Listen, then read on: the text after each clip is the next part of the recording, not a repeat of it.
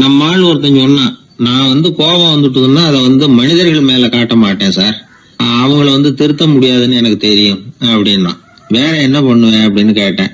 பாத்திரங்கள் பேர்ல காட்டுவேன், வீட்டுல இருக்கிற பாத்திரங்களை எல்லாம் எடுத்து வெளியில வீசி எறிவேன் அப்படின்னா.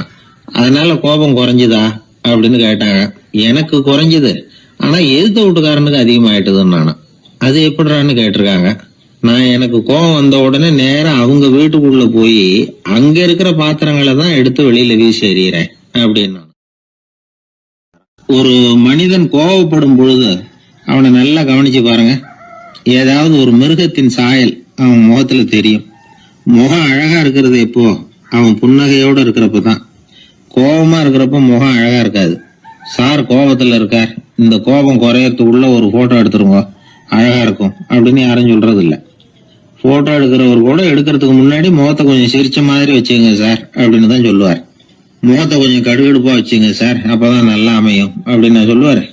ஒரு உண்மை என்ன தெரியுமா? கோபம் மனசையும் கெடுக்கும், உடம்பையும் கெடுக்கும். கோபப்படுகிறவர்களின் ஆயுள் காலம் குறைகிறது அப்படிங்கிறது விஞ்ஞான உண்மை. சிரிக்கிறவங்க ஆயுள் காலம் அதிகரிக்கிறது அப்படிங்கறதும் விஞ்ஞான உண்மை. கோபப்படுறவங்களை யாரும் விரும்புறதில்ல. கோபப்படுற அப்பா அம்மா கிட்ட பிள்ளைங்க நெருங்காது. கோபப்படுற அதிகாரிகள் கிட்ட ஊழியர்கள் நெருங்க மாட்டாங்க. கோபப்படுற வாத்தியார்கிட்ட பிள்ளைங்க நெருங்குறது இல்ல. அவன் எப்ப பார்த்தாலும் வள்ளு வள்ளுன்னு விழுவான். அதனால எப்போ அவன் பக்கத்திலேயே இருக்கணும்னு ஆசைப்படுறேன் அப்படின்னு ஒருத்தன் சொன்னா அவனை இவன் வேடிக்கை பார்க்க ஆரம்பிச்சுட்டான் அப்படின்னு அர்த்தம். சரி, இந்த கோபம் எதனால வருது? இயலாமையினாலதான் வருதான். இப்ப நீங்க நினைக்கிறத நிறைவேற்றக்கூடிய சாமர்த்தியம் உங்ககிட்ட இல்லைங்கிறப்போ அது கோபமா வெளிப்படுது, அவ்வளவுதான். திறமை உள்ளவன் கோபப்பட வேண்டிய அவசியமே இல்லை. ஒரு உண்மையான கவிஞன் கிட்ட போய் ஒரு கவிதை எழுதி கொடுங்க அப்படின்னு சொன்னா அவன் உடனே எரிச்சல் அடையக்கூடாது. எரிச்சல் வந்தா அது அவனுடைய இயலாமையை காட்டுது. சிற்பி சிலை செதுக்கிறதுக்கு கோபப்படக்கூடாது. ஒரு அதிகாரி சொன்னார், நீங்க சொல்றதெல்லாம் சார் தான் சார், இருந்தாலும் கோபப்படலைன்னா வேலை நடக்காது சார், அதனாலதான் தினமும் ஆபீஸ்ல கத்திட்டு கிடக்குறேன் அப்படின்னார். ஆனா உண்மை என்ன தெரியுமா? கத்துறதுனால கத்துறதுதான் நடக்குமே தவிர காரியம் நடக்காது. வேலை நடக்கிறது மாதிரி ஒரு பாவனை நடக்கும், அவ்வளவுதான். தவறு செய்கிறவர்களுக்கு தண்டனை கத்துறது மட்டும் இல்ல, திட்டு வாங்குற யாரும் தான் செஞ்சது தவறுதான் அப்படின்னு ஒத்துக்கிறது இல்ல. அத அவங்க உணர்றதும் இல்ல. அப்படி இருக்கிறப்போ திட்டுறதுனால என்ன பிரயோஜனம்? திட்டுறது நோக்கம் என்ன? திட்டு வாங்குறவங்க திருந்தணும்ங்கிறது தானே. நோக்கம் நிறைவேறாதுன்னா எதுக்காக கத்தணும்? திட்டுறது மூலமாவே ஒருத்தனை திருத்த முடியும்னா திருடுறவனை எல்லாம் கூப்பிட்டு கொஞ்ச நேரம் திட்டி போயிட்டு வாப்பா, இனிமே நீ திருந்திவிட்ட அப்படின்னு சொல்லி வச்சுடலாமே. இதுல நாம முக்கியமா புரிஞ்சுக்க வேண்டியது என்னன்னா, கோபம்ங்கிறது நாம அடுத்தவங்களுக்கு கொடுக்கிற தண்டனை இல்ல, அது நமக்கு நாமே கொடுத்துக்கிற ஒரு தண்டனை. அடுத்தவங்களை திருத்துறதாக நினைச்சுக்கிட்டு நம்ம நாமே கெடுத்துக்கிற ஒரு முயற்சி. நம்ம மனசு கெட்டு போகுது, நம்ம உடம்பு கெட்டு போகுது, அதுதான் கண்ட பலன். ஒரு வெளி தேசத்துல இருந்து ஒருத்தர் நம்ம நாட்டுக்கு வந்தார். இங்க ஒருத்தர் அவரை அன்பா கூப்பிட்டு உபசரிச்சார். ஒரு ஆரஞ்சு பழத்தை அவர்கிட்ட கொடுத்தார். கொடுத்து சாப்பிட சொன்னார். அவர் அதை வாங்கினார். அதை அப்படியும் புரட்டி பார்த்தார். அவருக்கு ஒன்னும் புரியல. ஏன்னா அவர் தேசத்துல அது இல்ல போல இருக்கு. என்ன செய்யறதுன்னு அவருக்கு ஒன்னும் புரியல. அப்படியே கடிச்சு பார்த்தார். கசப்பா இருந்தது. தூக்கி எறிஞ்சுட்டார். அதை ஏன் தூக்கி எறிஞ்சுட்டீங்கன்னு கேட்டாரு இவர். கசக்குது, அதை எப்படி சாப்பிடுறது அப்படின்னாரு அவரு. அது அப்படி சாப்பிடக்கூடாது, மேல உள்ள தோலை எடுத்து எரிஞ்சுடணும், இனிப்பான பகுதி உள்ள இருக்குது அப்படின்னு விவரம் சொன்னார் இவர். இப்படி சொன்னவர் ஒரு யோகி. வாழ்வின் வெளிப்பக்கத்திலேயே இருந்துகிட்டு இருந்தா கசப்பான பிரச்சனைகளையே சந்திக்க வேண்டியிருக்கும். உள்பக்கத்துக்கு போகணும், அப்பதான் அங்க இருக்கிற இனிப்பை உணர முடியும் அப்படிங்கிறார் அந்த யோகி. நாமெல்லாம் ரெண்டு வகையான வாழ்க்கை வாழறோமா. மேலோட்டமான வெளிப்படையா உள்ள வாழ்வுங்கிறது ஒண்ணு, உள்ளார்ந்த வாழ்வுங்கிறது ஒண்ணு. வாழ்வின் வெளிப்புறம் பிரச்சனைகளும் சவால்களும் நிறைஞ்சது, உள்புறம் அமைதியா இருக்கிறது. இந்த உள்பக்கத்துலதான் மகிழ்ச்சியான வாழ்வுக்கு தேவையான புதையல் இருக்குதான். யாரு கண்டா அந்த புதையலை? ஆழ்நிலை தியானம் எல்லாம் பண்றாங்கல்ல, அது எதுக்காக? அந்த புதையலை கண்டுபிடிக்கிறதுக்கு தான். நாம் அந்த உள்பக்கத்துக்கு போய் அங்க உள்ள ஊக்க சக்தியையும் புத்திசாலித்தனத்தையும் பொறுக்கி எடுத்துக்கிட்டு அன்றாட வாழ்க்கையில அதையெல்லாம் உபயோகப்படுத்தணும். மனசு ஒரு குரங்கு மாதிரி அலையுதுங்கிறோம், அதை கட்டுப்படுத்த முடியலங்கிறோம். மனசு அலையிறது உண்மைதான். தேனி எதுக்காக அலையுது? தேனுக்காக அலையுது. அது மாதிரிதான் மனசும் அலையுது. மகிழ்ச்சி, சாந்தி இதுகளை தேடி அலையுது. மனசை உள்பக்கமா அலைய விடணும். மகிழ்ச்சியான வாழ்வுக்கு என்னென்ன தேவைங்கிறத இந்த யோகி சொல்றார். ஊக்கம், புத்திசாலித்தனம், அமைதி, சாந்தம். இது எல்லாம் நம்ம கிட்ட நமக்குள்ளேயே இருக்குது. அதனாலதான் சொர்க்கம் நமக்குள்ளே இருக்குன்னு சொல்றது. புதையல நமக்குள்ளேயே வச்சுக்கிட்டு அதை தேடி புலம்பிக்கிட்டு இருக்கிறது ரொம்ப வேடிக்கைங்கிறார் அவர். இதெல்லாம் கேட்கறப்போ உங்கள பல பேருக்கு கோபம் கூட வரலாம். என்ன சார் இது, இன்று ஒரு தகவல்ல ஏதாவது உபயோகமா சொல்லுவீங்கன்னு பார்த்தா என்னமோ தத்துவம் எல்லாம் பேசிக்கிட்டு இருக்கிறீங்களேன்னு நினைக்கலாம் நீங்க. இதுவும் உபயோகமான விஷயம்தான். நாம தியானம் அது இதுன்னு எதுவும் பண்ணலன்னா கூட மனசுல அழுத்தமோ இறுக்கமோ இல்லாம எப்பவும் சந்தோஷமா இருக்கிறதுக்கு பழகிட்டா அதுவே போதும். ஏன்னா மன இறுக்கத்தினாலேயே ஏகப்பட்ட நோய்கள் வருதான். பெருவாரியான உடம்பு கோளாறுகளுக்கு வாழ்க்கையின் விரக்தியாலேயும் தோல்விகளாலேயும் ஏற்படுற மன இறுக்கம்தான் காரணம்ங்கிறது மருத்துவ ஆராய்ச்சி முடிவு. நான் இறுக்கம் இல்லாம இருக்கிறதுக்கு தான் பிரியப்படுறேன், இந்த சமூகம் அதுக்கு இடம் கொடுக்கலையே, என்ன பண்றது அப்படிங்கிறது சில பேரோட கேள்வி. இந்த சமூகத்தை சரி செய்ய வேண்டியது நாம தான். நம்மளை சரி பண்ணிக்க வேண்டியது நாம தான். நான் சரியா இருக்கிறேன், சமூகம் சரியில்லைன்னு அத ஒதுக்கி பிரயோஜனம் இல்லை. ஒரு குடும்பஸ்தர், அவர் மனசுல எப்பவும் டென்ஷன்.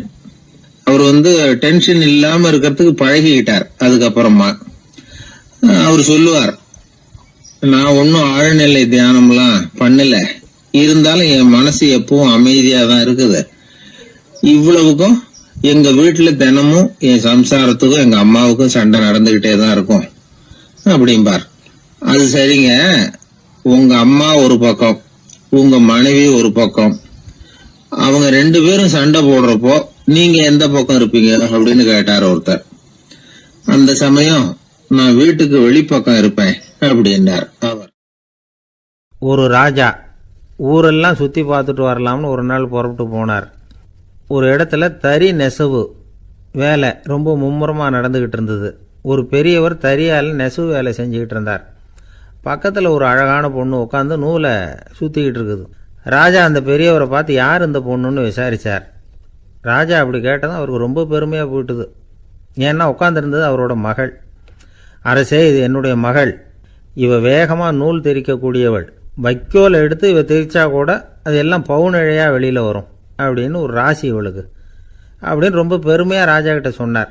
ராஜா இதை கேட்டதும் அசந்துட்டார். அப்படியா, இவ்வளவு அழகும் சாமர்த்தியமும் உள்ள இந்த பொண்ணு என்னோட வரட்டுமே, இவளை என் மருமகளை ஆக்கிக்கிறேன் அப்படின்னார் ராஜா. அந்த பெரியவருக்கு ஒன்றும் புரியல. ஏதோ கொஞ்சம் பெருமையாக சொல்ல போவ அது இப்படி ஆயிட்டுதே அப்படின்னு கவலைப்பட்டார். இருந்தாலும் ராஜா பேச்ச தட்ட முடியுமா, மகளை அனுப்பி வச்சுட்டார். ராஜா அந்த பொண்ணை அரண்மனைக்கு அழைச்சிட்டு வந்தார். அங்கே ஒரு அறையில் வச்சு பூட்டி விட்டார். அந்த ரூமு நிறைய வைக்கோலை கொண்டாந்து போட்டு அடைச்சாங்க. 3 ராட்டைகள் வேற வச்சுருந்தாங்க. நாளைக்கு பொழுது விடியறதுக்குள்ளே நீ இந்த வைக்கோலையெல்லாம் தங்க இழைகளாக மாற்றி காட்டணும். நாளைக்கு காலம்புறம் நான் இந்த அறை கதவை திறப்பேன். உன் தகப்பன் சொன்னது மாதிரி எல்லாம் தங்கமாக மாறி இருக்கணும், இல்லைன்னா நீ உயிர் தப்ப முடியாது அப்படின்னு உத்தரவு போட்டார். பாவம் அந்த பொண்ணு என்ன பண்ணும், பகல் பூரா அழுதுகிட்டே உட்காந்துருக்குது. ராத்திரி பூராவும் தூக்கம் வரல. மறுநாள் அதிகாலை நேரத்தில் யாரோ கதவை தட்டுற சத்தம் கேட்டுது. பயந்துக்கிட்டே கதவை திறக்கிறா. திறந்து பார்த்தா வெளியில் 3 அவலட்சணமான பெண்கள். ஒருத்திக்கு கால் அகலமாக முறை மாதிரி இருக்குது, இன்னொருத்திக்கு கட்டை விரல் கரண்டி மாதிரி பெருசாக இருக்குது, 3ஆவது பொண்ணுக்கு உதடு தடித்து ரப்பர் மாதிரி தொங்கிக்கிட்டு இருக்கு. யார் நீங்கள், உங்களுக்கு என்ன வேணும் அப்படின்னு கேட்குது இந்த பொண்ணு. நாங்கள் உங்களுக்கு உதவி செய்கிறதுக்கு தான் வந்திருக்கிறோம் அப்படின்னு சொல்லி உள்ளே வந்தாங்க. உட்காந்தாங்க. கொஞ்ச நேரத்துக்குள்ளே உள்ளே இருந்த வைக்கோலையெல்லாம் தங்க இழைகளாக மாற்றி கொடுத்துட்டு போயிட்டாங்க. காலையில் ராஜா வந்தார், பார்த்தார். ஆகா பேஷுனார். இன்னும் கொஞ்சம் வைக்கோலை கொண்டாந்து அந்த ரூமில் போட சொன்னார். இந்த வைக்கோலையும் இன்றைக்கி தங்கமாக மாற்றிவிடு, நாளைக்கு மறுநாள் உனக்கும் இளவரசனுக்கும் கல்யாணம்னு சொல்லிவிட்டார். இன்றைக்கி ராத்திரி அந்த 3 பொண்ணுங்களும் வந்தாங்க. வைக்கோலை பொண்ணு இழைகளாக மாற்றினாங்க, புறப்பட்டாங்க. இந்த பொண்ணு அவங்க காலில் விழுந்து வணங்கினா. என் உசுரை காப்பாற்றினீங்க, உங்களுக்கு நான் என்ன கைமாறு செய்ய போகிறேன் அப்படின்னா. பயப்படாத, நீ விரும்பினா எங்களுக்கு ஒரு உதவி செய்யலாம். உன்னுடைய கல்யாணத்துக்கு நாங்கள் 3 பேரும் வரோம். நீ எங்களை வரவேற்று ராஜாக்கிட்டையும் இளவரசர்கிட்டையும் நாங்கள் உன்னோட பெரியப்பா பொண்ணுங்கன்னு சொல்லி அறிமுகப்படுத்தி வை, நாங்கள் விருந்து சாப்பிட்டுட்டு போயிடுறோம் அப்படின்னாங்க. ரொம்பவும் சந்தோஷமாக சரின்னு ஒத்துக்கிட்டா. கல்யாண நாள் வந்தது. கல்யாணம் ரொம்ப கோலாகலமாக நடந்துக்கிட்டு இருக்கு. எல்லா தேசத்து ராஜா ராணிகளும் வந்துக்கிட்டு இருக்கிறாங்க. அந்த 3 அவலட்சணமான பொண்ணுங்களும் வந்து சேர்ந்தாங்க. யார் இவங்கன்னு கேட்டார் ராஜா. என் பெரியப்பா பொண்ணுங்க அப்படின்னா அந்த பொண்ணு. காலும் உதடும் கட்டை விரலும் ஏன் இப்படி உங்களுக்கு அவலட்சணம் ஆயிட்டுது அப்படின்னு கேட்டார். அதுக்கு அந்த பொண்ணுங்க பதில் சொன்னாங்க, என்ன செய்கிறது, ஓயாமல் வைக்கோலை நூற்று ஒருத்தியோட கட்டை விரல் அப்படி கரண்டி மாதிரி ஆயிட்டுது, நாக்கில் தொட்டு தொட்டு திரிச்சதுனால ஒருத்தியோட உதடு அப்படி ஆயிட்டுது, காலால் கட்டையை அழுத்தி அழுத்தி தறி போட்டதுனால இன்னொருத்தையோட கால் அப்படி ஆயிட்டுது, உங்கள் மருமகளாக வந்திருக்கிற இந்த பொண்ணு அந்த 3ஐயுமே செய்ய தெரிஞ்சவ தான், என்ன ஆக போதோ இன்னும் கொஞ்ச நாளில் அப்படின்னாங்க. அவ்வளவுதான். ராஜா பயந்துட்டார். அம்மா, இன்னையிலேருந்து நீ இளவரசனின் மனைவி, நீ எப்பவும் அழகாக இருக்கணும், அதனால் நீ இனிமேல் வைக்கோலை திரிக்கவே கூடாது அப்படின்னு உத்தரவு போட்டார். அவளை இக்கட்டான சூழ்நிலையிலிருந்து காப்பாற்றின அந்த 3 பொண்ணுங்களும் சந்தோஷமாக திரும்பி போயிட்டாங்களாம். சுவாமி சின்மயானந்தர் இந்த கதையை சொல்லியிருக்கிறார். தன்னலம் மறந்து சுயலாபத்தை வந்து தியாகம் செய்கிறது வைக்கோல்ல இருந்து தங்க இழையை நூக்கிறது மாதிரி அப்படிங்கிறார் அவர். அது இருக்கட்டும், இப்போ நம்ம கதைக்கு வருவோம். ஒரு ராஜா தன்னோட மகனுக்கு சுயவரம் நடத்தினார். எல்லா தேசத்திலிருந்தும் ராஜகுமாரர்கள் வந்திருந்தாங்க. ராஜகுமாரியை கல்யாணம் பண்ணிக்கலாம்ங்கிற ஆசையில் சுயம்பர மண்டபத்திலேருந்து எல்லா ராஜகுமாரர்களும் அலறி அடிச்சுக்கிட்டு வெளியில் ஓடி வந்துக்கிட்டு இருக்கிறாங்களாம். ஏன் இப்படி எல்லாரும் மிரண்டு போய் ஓடி வர்றாங்கன்னு கேட்டார் ஒருத்தர். அதுக்கு இன்னொருத்தர் விவரம் சொன்னார். ராஜகுமாரியை இன்றைக்கி தான் அவங்க நேரில் பார்த்தாங்களாம், அதுதான் அப்படி ஓடி வந்துக்கிட்டு இருக்கிறாங்க அப்படின்னார். ஒரு பெரியவர் உட்கார்ந்துருக்கிறார். அவரை சுற்றி அவருடைய தோழர்கள் உட்கார்ந்துருக்கிறாங்க. ஏதோ ஒரு முக்கியமான செய்தியை அவர் அவங்களுக்கு சொல்லிகிட்டு இருக்கிறார். அவங்களும் ஆர்வமாக கேட்டுக்கிட்டு இருக்கிறாங்க. இந்த சமயத்தில் யாரோ ஒரு ஆள் வேகமாக அங்கே வர்றார்.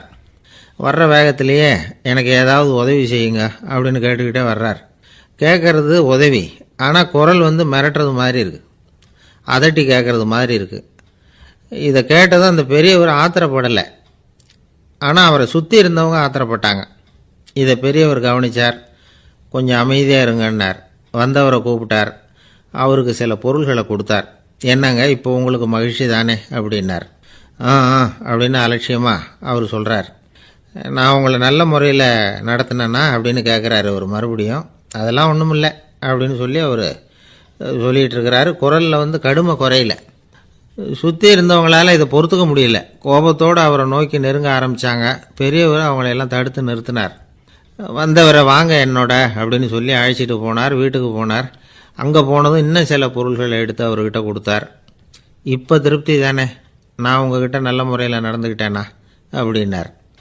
அவர் முகம் இப்போ தான் கொஞ்சம் மலர்ந்தது. ரொம்ப நன்றி, இறைவன் உங்கள் குடும்பத்துக்கு எல்லா நன்மைகளையும் செய்வான் அப்படின்னு சொன்னார். இதே வார்த்தைகளை என்னுடைய தோழர்கள்கிட்டே சொல்லிட்டீங்கன்னா அவங்க கோபம் தணிஞ்சிரும், வர முடியுமான்னார். கண்டிப்பாக வர்றேன் அப்படின்னாரு. மறுநாள் காலையில் அந்த இடத்துக்கு வந்தார். அதே மாதிரி சொல்லிவிட்டு அவர் போயிட்டார். தோழர்கள்லாம் ரொம்ப வியப்போடு பெரியவரை பார்த்தாங்க. அந்த பெரியவர் தான் நபிகள் நாயகம். அவர் சொன்னார், ஒருத்தன் ரொம்ப ஆசையாக ஒரு ஒட்டகத்தை வளர்த்துக்கிட்டு வந்தான். ஒரு நாள் அந்த ஒட்டகம் கயத்தை அறுத்துக்கிட்டு ஓடி போயிட்டுது. அக்கம் பக்கத்தில் இருக்கிறவங்கெல்லாம் அந்த ஒட்டகத்தை பிடிக்கிறதுக்கு முயற்சி பண்ணாங்க. அதை துரத்திக்கிட்டு ஓடினாங்க. ஒட்டகம் தாறுமாறாக ஓட ஆரம்பிச்சிது. இந்த சமயத்தில் ஒட்டகத்தை வளர்த்தவன் அங்கே ஓடி வந்தான். நீங்கள் அதை ஒன்றும் செய்ய வேணாம், விட்டுருங்க, அதோட சுபாவம் எனக்கு நல்லா தெரியும், அதை சுலபமாக என்னோடய வழிக்கு கொண்டுகிட்டு வந்துட முடியும், நான் பார்த்துக்கிறேன், விட்டுருங்கோ அப்படின்னா. எல்லாரும் விலைக்கு போயிட்டாங்க. இவன் என்ன செஞ்சான் தெரியுமா, கொஞ்சம் புல்லை கையில் எடுத்துக்கிட்டு அந்த ஒட்டகத்தை நெருங்கினான். அவ்வளவுதான். அது ஓடி இவன் காலடியில் உட்காந்துக்கிட்டது. செல்லமாக அதை அப்படியே தடவி கொடுத்தான். முதுகில் ஏறி உட்காந்துக்கிட்டான். அது பாட்டுக்கு சாதுவாக நடந்து போகுது. இந்த கதையை நபிகள் நாயகம் தம்முடைய தோழர்களுக்கு சொல்கிறார். ஒட்டகத்தை மட்டும் இல்லை, சில மனிதர்களையும் கூட சில விதத்தில் அணுகி தான் அவர்களை சீர்திருத்த வேண்டியிருக்குது அப்படிங்கிறத அவங்களுக்கு உணர்த்தினார். இது ஒரு அழகான உளவியல் அணுகுமுறை. சில குடும்ப தலைவர்கள் கூட இந்த ஒட்டகம் மாதிரி நடந்துக்கிறது உண்டு, அப்புறம் அடங்கி போகிறதும் உண்டு. ஒரு குடும்ப தலைவர் காலையில் எழுந்திரிச்சதுலேருந்து சத்தம் போட்டு கத்திக்கிட்டு இருப்பார். பக்கத்தில் இருந்தவங்கெல்லாம் ஓடி போய் சமாதானம் பண்ணி பார்த்தாங்க. அவர் ஓயறது மாதிரி தெரியல. கடைசியில் அவர் மனைவி வந்தாங்க. நீங்கள் எல்லாம் விலைக்கு போயிடுங்க, அவர் சுபாவம் எனக்கு தெரியும், நான் பார்த்துக்கிறேன் அப்படின்னாங்க. சரின்னு எல்லோரும் போயிட்டாங்க. சாயந்தரமாக பார்க்குறாங்க, அவர் சத்தம் இல்லாமல் ஒரு மூலையில் உட்காந்துருக்கிறார். ரொம்ப சாதுவா. ஆச்சரியமாக இருந்தது. என்னம்மா பண்ணீங்கன்னு கேட்டாங்க. அது ஒன்றும் இல்லைங்க, ஒரு வேளை சாப்பாட்டை நிறுத்தினேன், பட்னி போட்டேன், அவ்வளவுதான் அப்படின்னாங்க அந்த அம்மா. ஒரு ராஜா இருந்தார். நாடு பூராவும் நிறைய மரங்களை நட்டு வளர்க்கணுங்கிறது அவரோட ஆசை. தானே அதுக்கு முன்மாதிரியாக இருக்கணும்னு நினச்சார். அரண்மனையை சுற்றி மரங்களை நட்டு வளர்த்தார். இதை பார்த்துட்டு ஜனங்களும் அவங்கவுங்க வீட்டை சுற்றி மரக்கன்றுகளை நட்டு வளர்த்தாங்க. கொஞ்ச காலத்தில் ஊர் பூரா பசுமையாக மாறிச்சு. எல்லாருக்கும் சந்தோஷமாக இருந்தது. இது ஒரு பக்கம் இருக்கட்டும். இப்போ நான் சொல்ல போகிற கதை வேறு. அதாவது அந்த ராஜா ஒரு நாள் தன்னுடைய அரண்மனையை சுற்றி இருக்கிற விதவிதமான மரங்களை எல்லாம் போய் பார்த்தார். எப்படி இருக்கிறீங்க அப்படின்னு ஒவ்வொரு மரத்துக்கிட்டையும் விசாரிச்சாராம். எந்த மரமும் சந்தோஷமாக இருக்கிறதா தெரியல. அதுக்கும் மனசில் ஒரு குறை.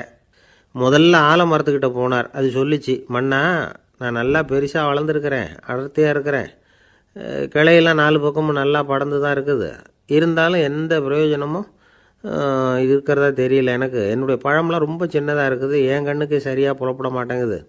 நான் இருக்கிற சைஸுக்கு என்னுடைய கிளையில் இருக்கிற பழம்லாம் எவ்வளோ பெருசாக இருக்கணும், அது இத்தினூண்டு இருக்கிறது எனக்கு பெரிய அவமானமாக இருக்குது. இப்படி இங்கே நின்றுக்கிட்டு இருக்கிறதே ரொம்ப கூச்சமாக இருக்குது. ஒரு நல்ல புயல் வந்ததுன்னா பேசாமல் சாஞ்சு விடலாமான்னு பார்க்குறேன் அப்படின்னு புலம்புது ஆலமரம். சரி இருக்கட்டும்னு நினச்சிக்கிட்டு ராஜா அடுத்தபடியாக ஒரு அத்தி மரத்துக்கிட்ட போனார். அதுவும் புலம்ப ஆரம்பிச்சுட்டுது. நான் கூட பெரிய மரம் தான், இல்லை இலையெல்லாம் அழகாக தான் இருக்குது, பழம் அழகாக இருக்குது, இருந்தாலும் உள்ள விஷயம் இல்லையே, அத்தி பழத்தை புட்டு பார்த்தா அத்தனையும் சொத்த அப்படின்னு பழமொழியே உண்டாயிட்டுதே. இப்படி ஒரு கெட்ட பேரோடு நான் இருக்கணுமா அப்படின்னு புலம்புது அது. சரி இது இருக்கட்டும் அப்படின்னு சொல்லி அடுத்தபடியாக வேப்ப மரத்துக்கிட்ட போனார். அது தன்னுடைய வேதனையை வெளியிட்டது. எனக்கு எவ்வளவோ மருத்துவ குணங்கள்லாம் இருக்கிறதா சொல்லிக்கிறாங்க, இருந்தாலும் என்ன பிரயோஜனம், என்னுடைய பழத்தை மனிதர்கள் யாரும் விரும்பி சாப்பிட்றது இல்லையே அப்படின்னுது. ராஜா அடுத்தாப்புல இருந்து ஒரு பனை மரத்துக்கிட்ட போனார். நான் நல்லா உயரமாக தான் வளர்ந்துருக்கிறேன், மற்ற மரங்கள்லாம் என்னை அண்ணாந்து தான் பார்க்கணும், இருந்தாலும் என்கிட்ட நிழலுக்காக யாரும் ஒதுங்கிறது இல்லையே அப்படின்னுது. என்ன இது எல்லா மரமும் இப்படி திருப்தி இல்லாமல் இருந்துக்கிட்டு இருக்குதே அப்படின்னு நினச்சிக்கிட்டே ராஜா அடுத்தபடியாக அங்கே இருந்த ஒரு பைன் மரத்துக்கிட்ட போனார். அழகாக உயரமாக பசுமையாக தான் இருந்தது, ஆனால் பழமோ பூவோ கிடையாது. அதை நினச்சா அது வருத்தப்பட்டுக்கிட்டு இருக்குது. ஓக் மரம் அது ஒன்று நின்றுட்டு இருந்தது. அது என்ன சொல்லிச்சுன்னா, இலையுதிர் காலத்தில் என் மேலே இருக்கிற எல்லா இலைகளும் உதிர்ந்து போடுது, முடி கொட்டின மனிதர்கள் மாதிரி மொட்டையாக நான் நிற்க வேண்டியிருக்குது, என்ன வாழ்க்கை இது அப்படின்னு சொல்லி அழுத்துக்கிட்டது. சரி புளிய மரம் என்ன சொல்லுது பார்ப்போம்னு அதுக்கிட்ட போனால், என்னுடைய நிழலில் யாருமே தங்க மாட்டாங்க, உடம்புக்கு சூடுன்னு ஒதுங்கி போயிடுவாங்க, அடிமரத்தை பார்த்தீங்கன்னா பட்டையெல்லாம் உறிஞ்சி பார்க்குறதுக்கே கேவலமாக இருப்பேன் அப்படின்னுது அது.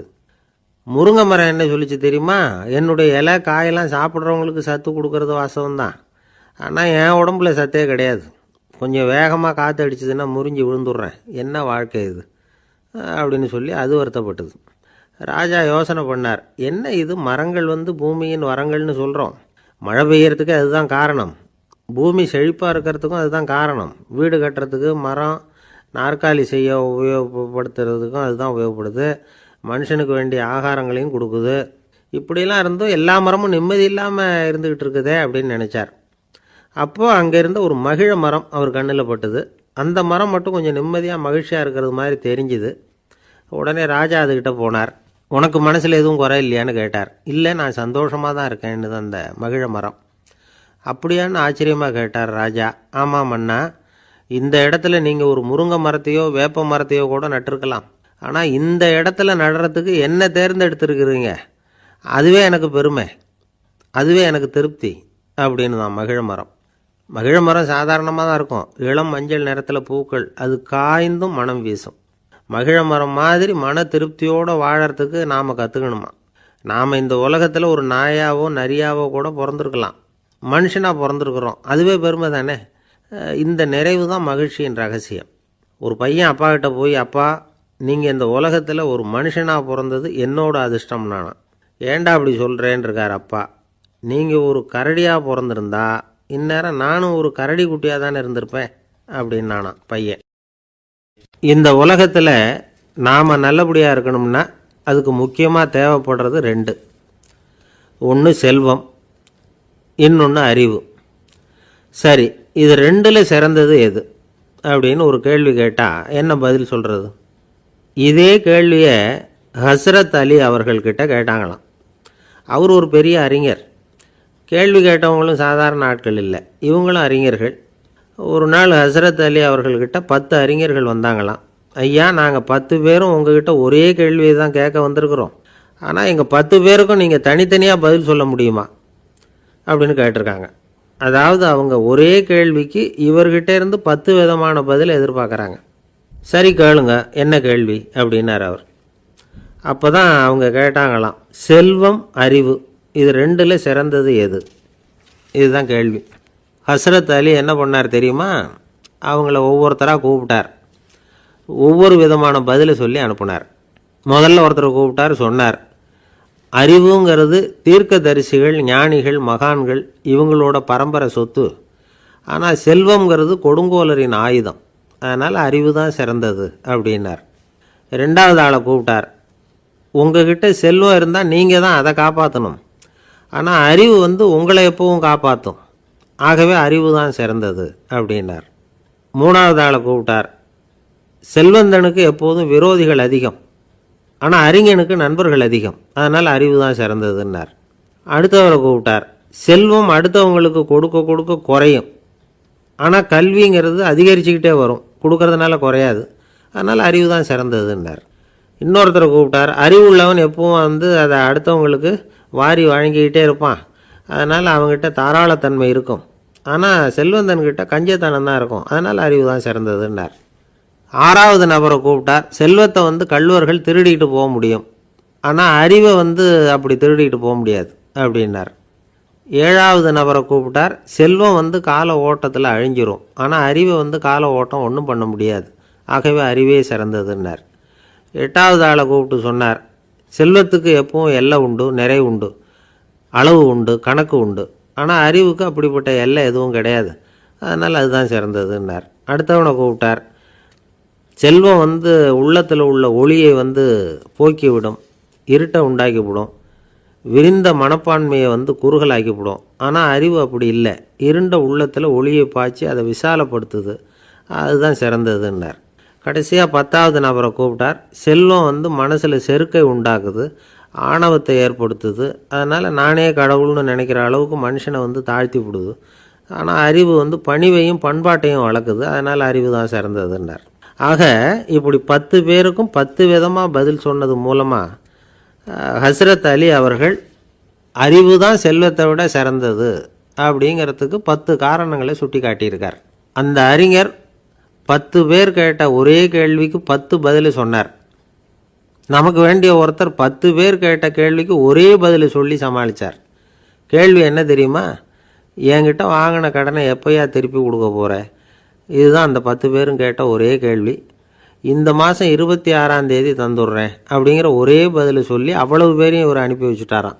எல்லாரும் போனதுக்கப்புறம் இவரை தனியாக கூப்பிட்டு கேட்டிருக்கிறாங்க. அது என்ன சார் கணக்கு, 26ஆம் தேதி அன்னைக்கு என்ன அதிசயம் நடக்க போகுது அப்படின்னு கேட்டிருக்காங்க. அதிசயம் அன்னைக்கு இல்லை, அதுக்கு நாளே நடக்க போகுதுன்னாராம்.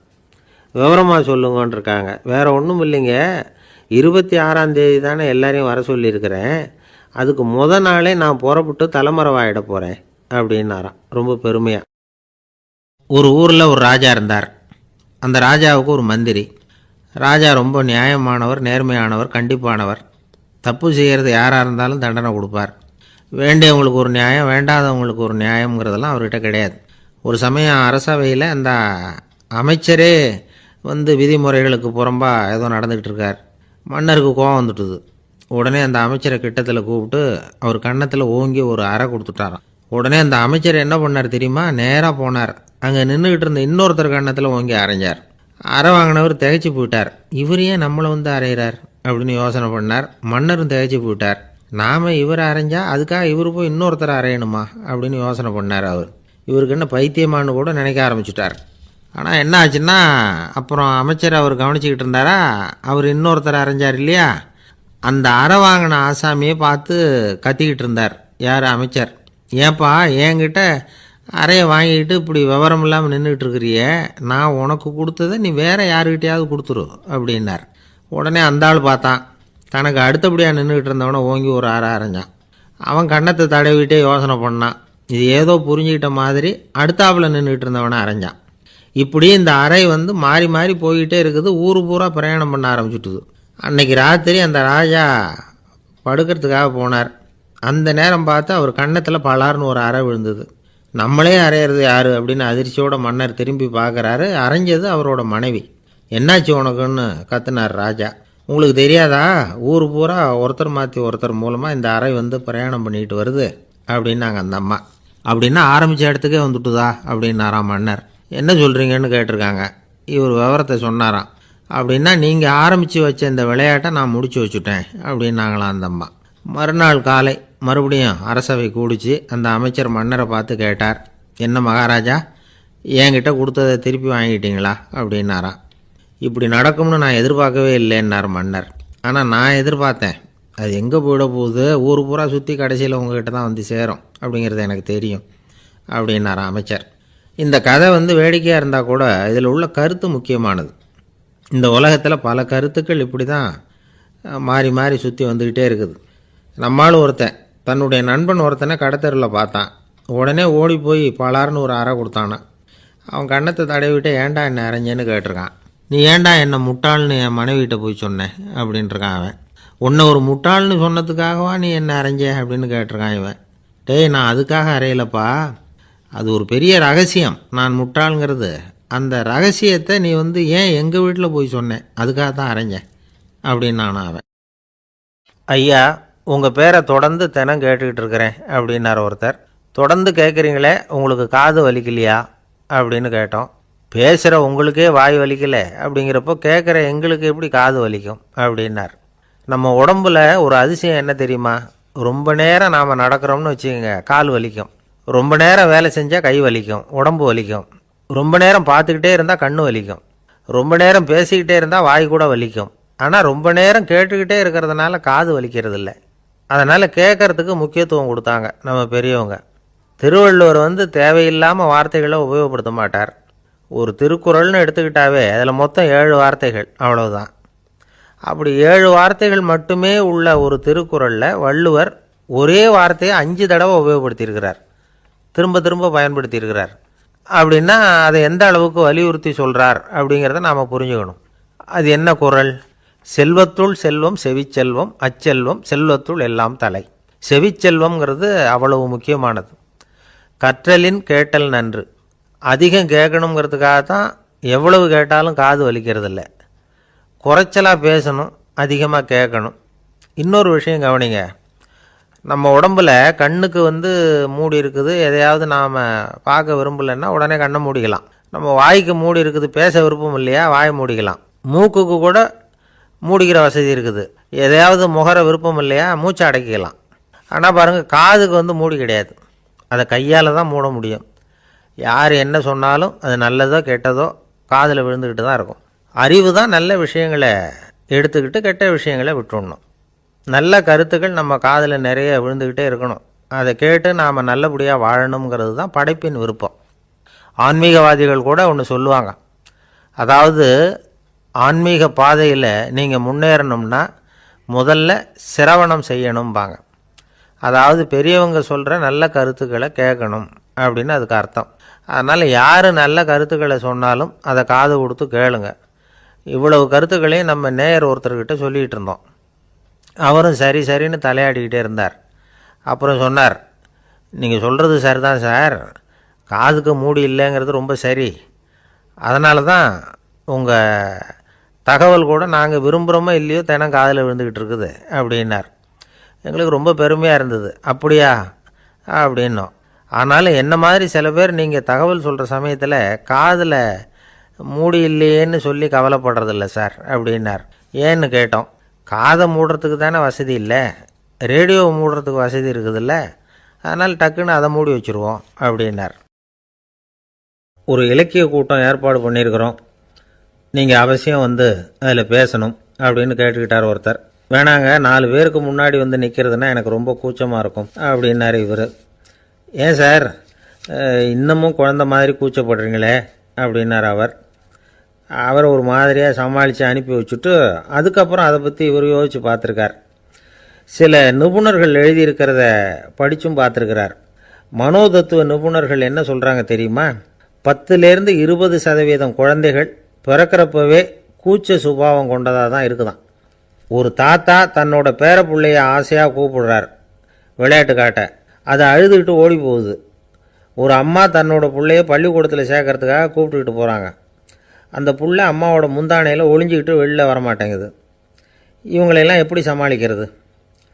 குழந்தைகளோட கூச்ச சுபாவத்தை போக்குறது எப்படி? இதுக்கு நிபுணர்கள் சில யோசனைகளை சொல்லியிருக்கிறாங்க. மற்றவங்களுக்கு முன்னாடி என் பையனுக்கு கூச்சம் ரொம்ப அதிகம் சார், மற்றவங்க பார்த்தா ரொம்ப வெக்கப்படுறான், இப்படி சொல்கிற அப்பாக்கள் உண்டு. என் பையன் புது மனுஷால பார்த்தா அட்டையாக ஒட்டிக்குவான் சார் அப்படின்னு சொல்கிற அப்பாக்களும் உண்டு. இப்படிலாம் குழந்தைகளுக்கு முத்திரை குத்துறது ரொம்ப தப்பான். புதுசாக யாராவது வீட்டுக்கு வந்தால் குழந்தை தானாக தன்னோட கூச்சத்தையும் பயத்தையும் போக்கிக்கிட்டு சகஜமாக மாறி வர்றதுக்கு வாய்ப்பு கொடுக்கணுமா. ஒரு கூட்டத்துக்கோ அல்லது சொந்தக்காரங்க கல்யாணத்துக்கோ குழந்தைய அழைச்சிட்டு போகிறீங்க, அங்கே போய் கட்டாயப்படுத்தி குழந்தைய மற்றவங்க கிட்ட பேச சொல்லக்கூடாது. சில சமயம் குழந்தை தானாக தன்னுடைய கூச்ச சுபாவத்தை விட்டு பேசுறதுக்கு முன் வந்தால் அதை பாராட்டணும். குழந்தை கலகலப்பு இல்லாமல் மௌனமாக இருந்ததுன்னா அதையும் கண்டுக்கக்கூடாது. குழந்தை பேச ஆரம்பித்தா அதை ஆர்வத்தோடு கவனிக்க தெரியணும். கலந்து உரையாடுற பழக்கத்தை வீட்லேயே ஆரம்பிக்கலாம். கேட்டதுக்கு பதில் சொல் அப்படின்னு நீங்கள் அதிகாரம் பண்ணிகிட்டு இருக்கக்கூடாது. அது குழந்தைக்கு பேசுகிற சந்தர்ப்பத்தை குறைச்சிருமா. இப்போ நாம் அதிகாரம் பண்ணால் கேலி செய்கிற பழக்கம் குழந்தைகளை ரொம்ப பாதிச்சிருமா. பெரியவங்களானதுக்கு அப்புறமும் சில பேர் கூச்சத்தோடவும் பயத்தோடவும் இருக்கிறதுக்கு இதுதான் காரணம். சின்ன வயசில் அவங்கெல்லாம் ஏதாவது கேலிக்கு ஆளாகி இருப்பாங்க. ரெண்டாவது குழந்தை மூத்த குழந்தைய கேலிக்கு ஆளாகிற சந்தர்ப்பங்களை கண்டு கேலி பண்ணினா அது இளம் நெஞ்சங்களை விட்டு நீங்கிறதே இல்லையா. எப்பவும் குழந்தையோட நடை உடை பாவனைகளை பற்றி சொல்லிக்கிட்டே இருக்கக்கூடாதான். அதுவே கூச்ச சுபாவத்தை கொண்டுட்டு வந்துடுமா. அப்பா எங்கன்னு யாராவது கேட்டால் இது மாதிரி இன்ன காரியத்துக்காக வெளியில் போயிருக்கார், இத்தனை மணிக்கு திரும்பி வருவார் அப்படின்னு சொல்கிற அளவுக்கு குழந்தைகளை பழக்கப்படுத்தி வைக்கணும். ஃபோன்லேயே யாராவது விசாரித்தா கூட இது மாதிரி பதில் சொல்லு அப்படின்னு சொல்லணும். சின்ன சின்ன மீட்டிங்கில் 4 வார்த்தை பேச தயார் பண்ணலாம்.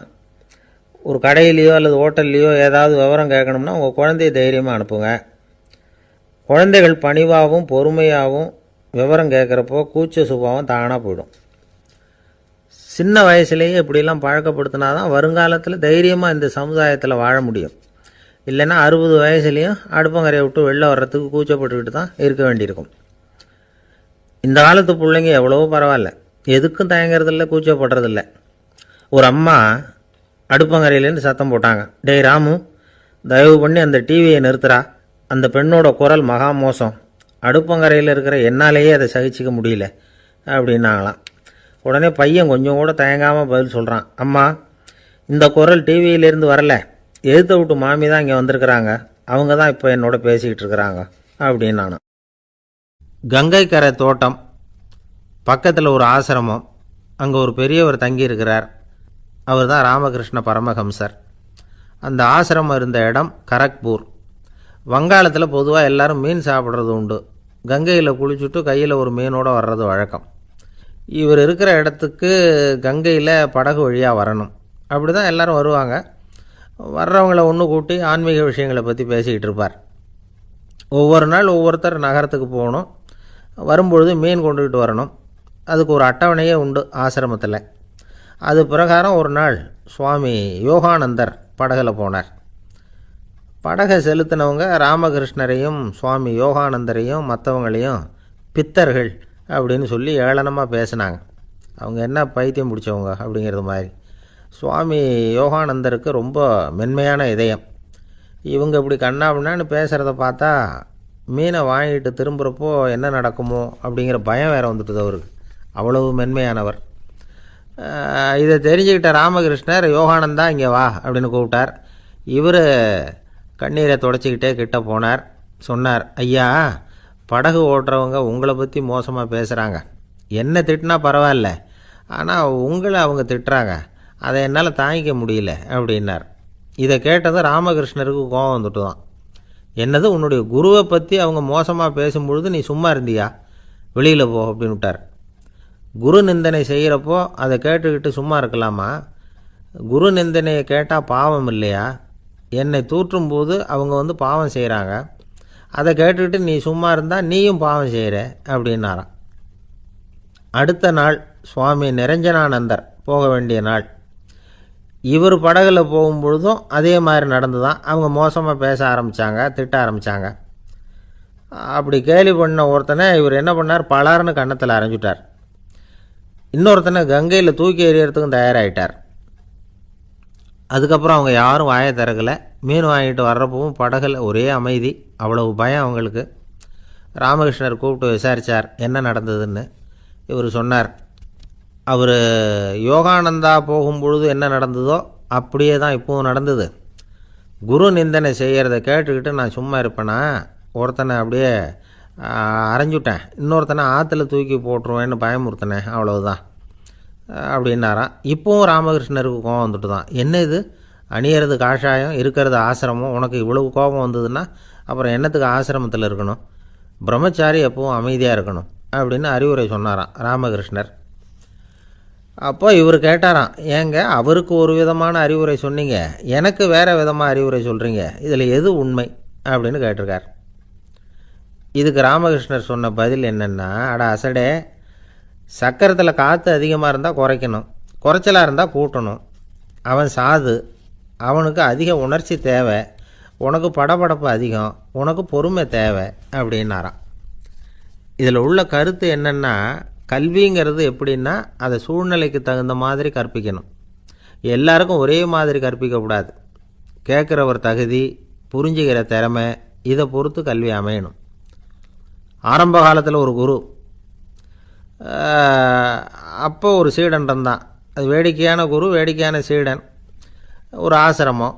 ஒரு நாள் ஒருத்தன் அவசரமாக அந்த குருவை தேடி வந்திருக்கிறான். என்ன விஷயம்னு விசாரித்தார் குரு. உங்கள் சீடர் என்னை அடிச்சுட்டார் அப்படின்னு புகார் பண்ணானான் அந்த ஆள். குரு சீடனை கூப்பிட்டார். அடிச்சே அந்த ஆளை அப்படின்னு கேட்டாரான். ஆமான் இருக்கான் சீடன். ஏன் அடிச்சே அப்படின்னு கேட்டாரான். இந்த ஆள் உங்களை பற்றி மட்டமாக பேசிவிட்டான், என்னால் அதை தாங்கிக்க முடியல, அதனால தான் அடிச்சுட்டேன்ருக்கான். அப்படி என்ன பேசினான் அப்படின்னு கேட்டாரான். உன்னுடைய குருநாதர் இப்போல்லாம் அர்த்தமில்லாமல் பேச ஆரம்பிச்சுட்டார் அப்படின்னு சொல்லிவிட்டான், அதனால தான் அடிச்சுட்டேன் அப்படின்னானான். அதுக்காக அடித்தே அப்படின்னாரான். நான் அதுக்காக அடிக்கலை குருவே, இப்போல்லாம் நீங்கள் அர்த்தமில்லாமல் பேசுகிறதாக அவன் சொல்கிறான், அப்படின்னா இதுவரைக்கும் நீங்கள் அர்த்தத்தோடு பேசினதாகத்தானே அர்த்தம், அது தப்பு தானே, அதனால தான் அடித்தேன் அப்படின்னானா. ஒரு ஊரில் ஒரு ராஜா இருந்தார். அவர் ஒரு பூனை வளர்த்தார். ரொம்ப செல்லமாக அவர் அந்த பூனையை வளர்த்தார். அவர் என்ன பண்ணுவார் தெரியுமா, இரவு நேரத்தில் அந்த பூனையோட தலையில் ஒரு விளக்கை வச்சுருவார். அந்த பூனை ரொம்ப ஜாக்கிரதையாக அந்த விளக்கு கீழே விழுந்துடாமல் பார்த்துக்கும். தலையை ஆட்டாமல் ரொம்ப நிதானமாக ராஜா பின்னாடி நடந்து போய்கிட்டே இருக்கும். அந்த விளக்கு வெளிச்சத்தில் எல்லா வேலைகளையும் செஞ்சுருவார். கையில் ஒரு விளக்கை தனியாக எடுத்துகிட்டு போக வேண்டிய அவசியமே இல்லை. விளக்கை தூக்கிட்டு போகிற வேலையை அந்த பூனை பார்த்துக்கும். அதனால் ராஜாவுக்கு அந்த பூனை மேலே ரொம்ப பிரியம்.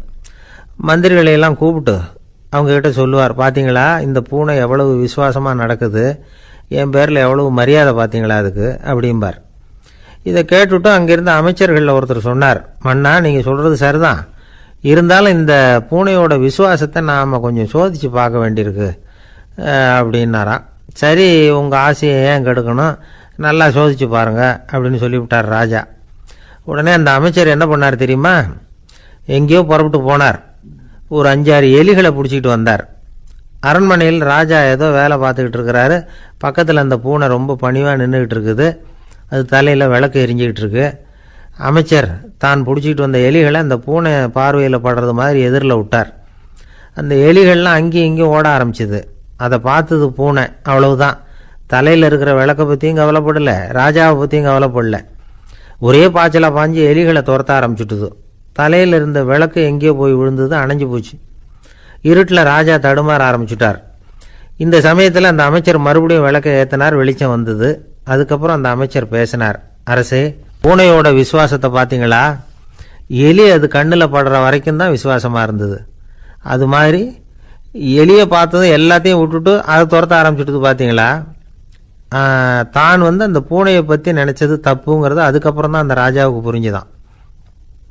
சரி, இப்போ எதுக்கு இந்த கதையெல்லாம் அப்படிங்கிறீங்களா, இந்த பூனை மாதிரி தான் நம்ம மனசும். மனசை எவ்வளவு தான் பயிற்சி கொடுத்து பக்குவமாக வச்சுருந்தாலும் பார்க்குறதுக்கு பரமசாது மாதிரி தான் இருக்கும். பார்க்க வேண்டியதை பார்த்துட்டுதுன்னா பாஞ்சிரும்.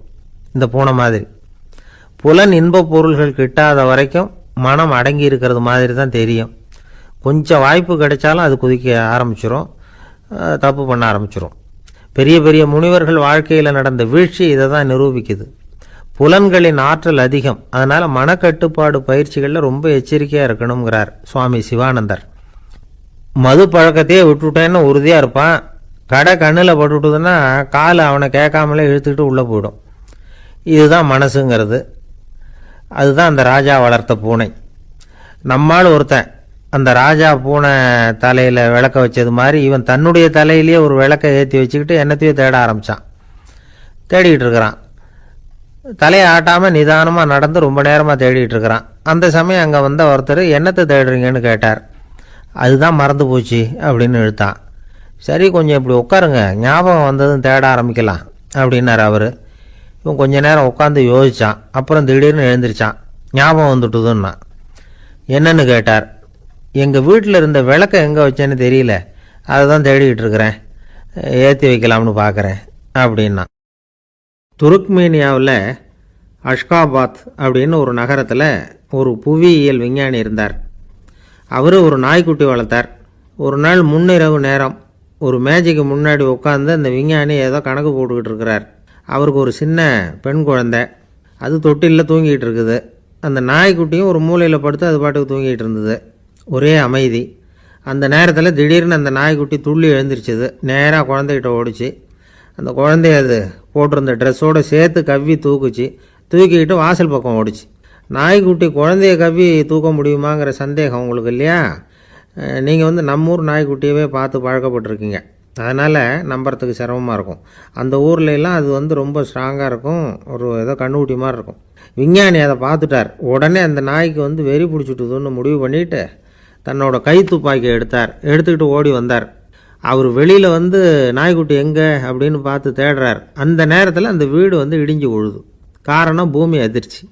இப்படி பூமி அதிர்ச்சி உண்டாக போகுதுங்கிறது அந்த நாய்க்குட்டிக்கு முன்னாடியே தெரிஞ்சு போச்சு. அதுதான் குழந்தைய தூக்கிட்டு வெளியில் ஓடி வந்திருக்குது. அது மூலமாக அந்த குடும்பத்தையே காப்பாற்றிருக்குது அந்த நாய்க்குட்டி. இந்த சம்பவம் நடக்கிறதுக்கு 3 நாளைக்கு முன்னாடியே சில பிராணிகளுக்கு இப்படி நடக்க போகுதுங்கிறது தெரிஞ்சிருக்குதான். ஆமாம், அந்த நகரத்தில் 3 நாளைக்கு முன்னாடியே பாம்பு, பல்லி இதெல்லாம் அது தங்கியிருந்த வலையை விட்டு வெளியில் ஓடி வந்துட்டுது. அதே மாதிரி அங்கே இருந்த புறாவெல்லாம் பறந்து போயிடுச்சான். இதே மாதிரி யுகோஸ்லோவியாவில் கூட ஒரு நகரம், அங்கே ஒரு நாள் ராத்திரி ஒரு மிருக காட்சி சாலையில் திடீர்னு ஒரு பெரிய கலவரம், கூச்சல், குழப்பம்.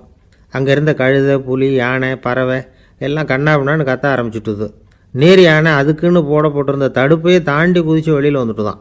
மறுநாள் தான் எல்லாருக்கும் விஷயம் புரிஞ்சுது. அடுத்த நாள் காலையில் அங்கே பூமி அதிர்ச்சி உண்டாயிட்டுது. இப்போ பாருங்கள், அதாவது மனுஷனை போய் தீர்க்க தரிசி அது இதுன்னு சொல்லிகிட்டு இருக்கிறோம். இவனை விட அது பரவாயில்லைன்னு தோணுது.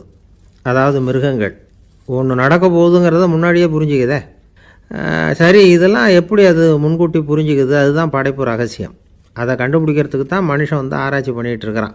விஞ்ஞானிகளோட ஆராய்ச்சியெல்லாம் ஒரு பக்கம் இருக்கட்டும், வீட்டுக்குள்ளேயே சில ஆராய்ச்சி பண்ணி பாருங்களேன். இப்போ சில யோசனை சொல்லி அதை சோதனை பண்ணி பாருங்க அப்படின்னு ஒருத்தர் சொன்னாராம். அதாவது இப்போ மழை வருமா வராதா அப்படின்னு தெரிஞ்சுக்கணுமா, உடனே ஒரு பூனைக்குட்டி பின்னாடியே மெதுவாக போய் அது என்ன செய்யுதுன்னு கவனித்து பார்க்கணும். பூனைக்குட்டி தன்னோட பாதத்தினால சுகத்தில் அப்படி கீறிக்கிட்டு இருக்கும்.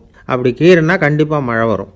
சில சமயம் பூனைக்குட்டி அப்படியே மல்லாந்து படுத்துக்கிட்டு பாதத்தை உயர தூக்கும், அப்படியும் இப்படியும் புரளும். இப்படி செஞ்சதுன்னா அன்னைக்கும் மழை இருக்காது. அதனால் முன்னாடி இருந்தது மழை வர்றதுக்கு அறிகுறி, இது மழை இல்லைங்கிறதுக்கு அறிகுறி. பறவைகள், பிராணிகள் இதுகளோட நடவடிக்கைகளை பார்த்துட்டு அதையெல்லாம் அடிப்படையாக வச்சு தான் காலநிலையை கண்டுபிடிக்கிற கருவிகளை கண்டுபிடிச்சிருக்கிறாங்க. வாத்து இருக்குல்ல, சில சமயம் தன்னோட அழகை தன்னோட இறகுகளில் அப்படியே புதைச்சிக்கும். அப்படி செஞ்சால் குளிர்காலம் வரப்போகுதுன்னு அர்த்தம். பருவநிலை குளிராக மாறப்போகுதுங்கிறதுக்கு இதுதான் அறிகுறி. சிட்டுக்குருவி இருக்குதுல்ல, அதெல்லாம் புழுதியில் விழுந்து புரளும், சிறகுகளை படபடன்னு அடிச்சுக்கும். அப்படி செஞ்சால் மழை வரப்போகுதுன்னு அர்த்தம்.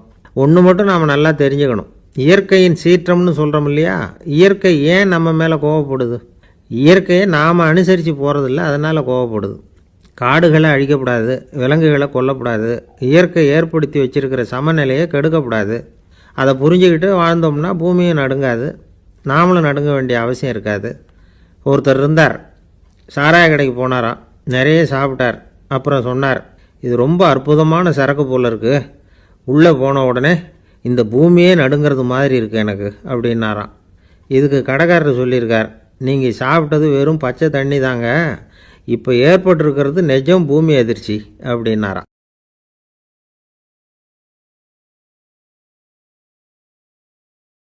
ஒரு பெரிய இடத்து பொண்ணு நிறைய படிச்சிருக்கிறா, பட்டங்கள் எல்லாம் வாங்கியிருக்கிறா, வேலைக்கு எதுக்கும் போகல, அதுக்கு அவசியமும் இல்லை, வசதியான குடும்பம். அந்த பொண்ணுக்கு பொழுதுபோக்கு என்ன தெரியுமா? பத்திரிகை படிக்கிறது, தொலைக்காட்சி பார்க்கறது, வானொலி கேட்கறது, இதுதான் பொழுதுபோக்கு. முக்கியமா அதுல வர்ற விளம்பரங்களை கவனிக்கிறது. சந்தைக்கு ஏதாவது புதுசா பொருள் வந்திருந்தா உடனே காரை எடுத்துட்டு போக வேண்டியது, அதை வாங்கிட்டு வந்துட வேண்டியது. ஒரு நாள் அது மாதிரி ஒரு விளம்பரம் கண்ணில் பட்டது. புதுமையான சமையல் செய்யக்கூடிய சாதனம் ஒன்று வந்திருக்கிறதாக செய்தி. உடனே அதை வாங்கணும்னு ஆசை. வழக்கம் போல அன்னைக்கு சாயந்தரமே காரை எடுத்துட்டு புறப்பட்டா. பார்த்தா விலை அதிகம்தான், இருந்தாலும் அதை பத்தியெல்லாம் கவலைப்படல. அதிக விலை கொடுத்து அந்த சமையல் இயந்திரத்தை வாங்கிட்டு வந்துட்டா. ஒரு பெரிய அழகான அட்டைப்பெட்டிக்குள்ள அது இருந்தது. துண்டு துண்டு பாகங்களா அதுக்குள்ள அடுக்கி வைக்கப்பட்டிருந்தது. அதை ஒன்னோட ஒன்று சேர்த்து முழு இயந்திரமா ஆக்கிய வேண்டியது நம்ம வேலை. அதெல்லாம் எப்படி ஒன்று சேர்க்கறது? அதுக்காக ஒரு கையேடு அது உள்ளேயே வச்சிருக்கிறாங்க. அந்த பொண்ணு வீட்டுக்கு வந்தா அட்டைப்பூட்டியை பிரிச்சா, ஒவ்வொரு துண்டு பாகத்தை எடுத்து வெளியில வச்சா, பக்கத்துல அந்த விவர புத்தகத்தை வச்சுக்கிட்டா. அது பிரகாரம் அந்த பாகங்களை இணைச்சு பார்த்தா சரியா வரல. மறுபடியும் எல்லாத்தையும் பிரிச்சு பரப்பி வச்சுட்டு ஆரம்பத்துல இருந்து வர்றா. அப்பவும் சரியா வரல. சரி, நேரம் அந்த கடைக்கு போய் அங்கிருந்தே ஒரு ஆளை அழைச்சிட்டு வந்துருவோம் அப்படின்னு சொல்லி காரை எடுத்துட்டு அவ புறப்பட்டா. கடையில இருந்து ஒரு ஆளை கையோட அழைச்சிட்டு வந்தா. 2 பேரும் வந்து சேர்ந்தாங்க.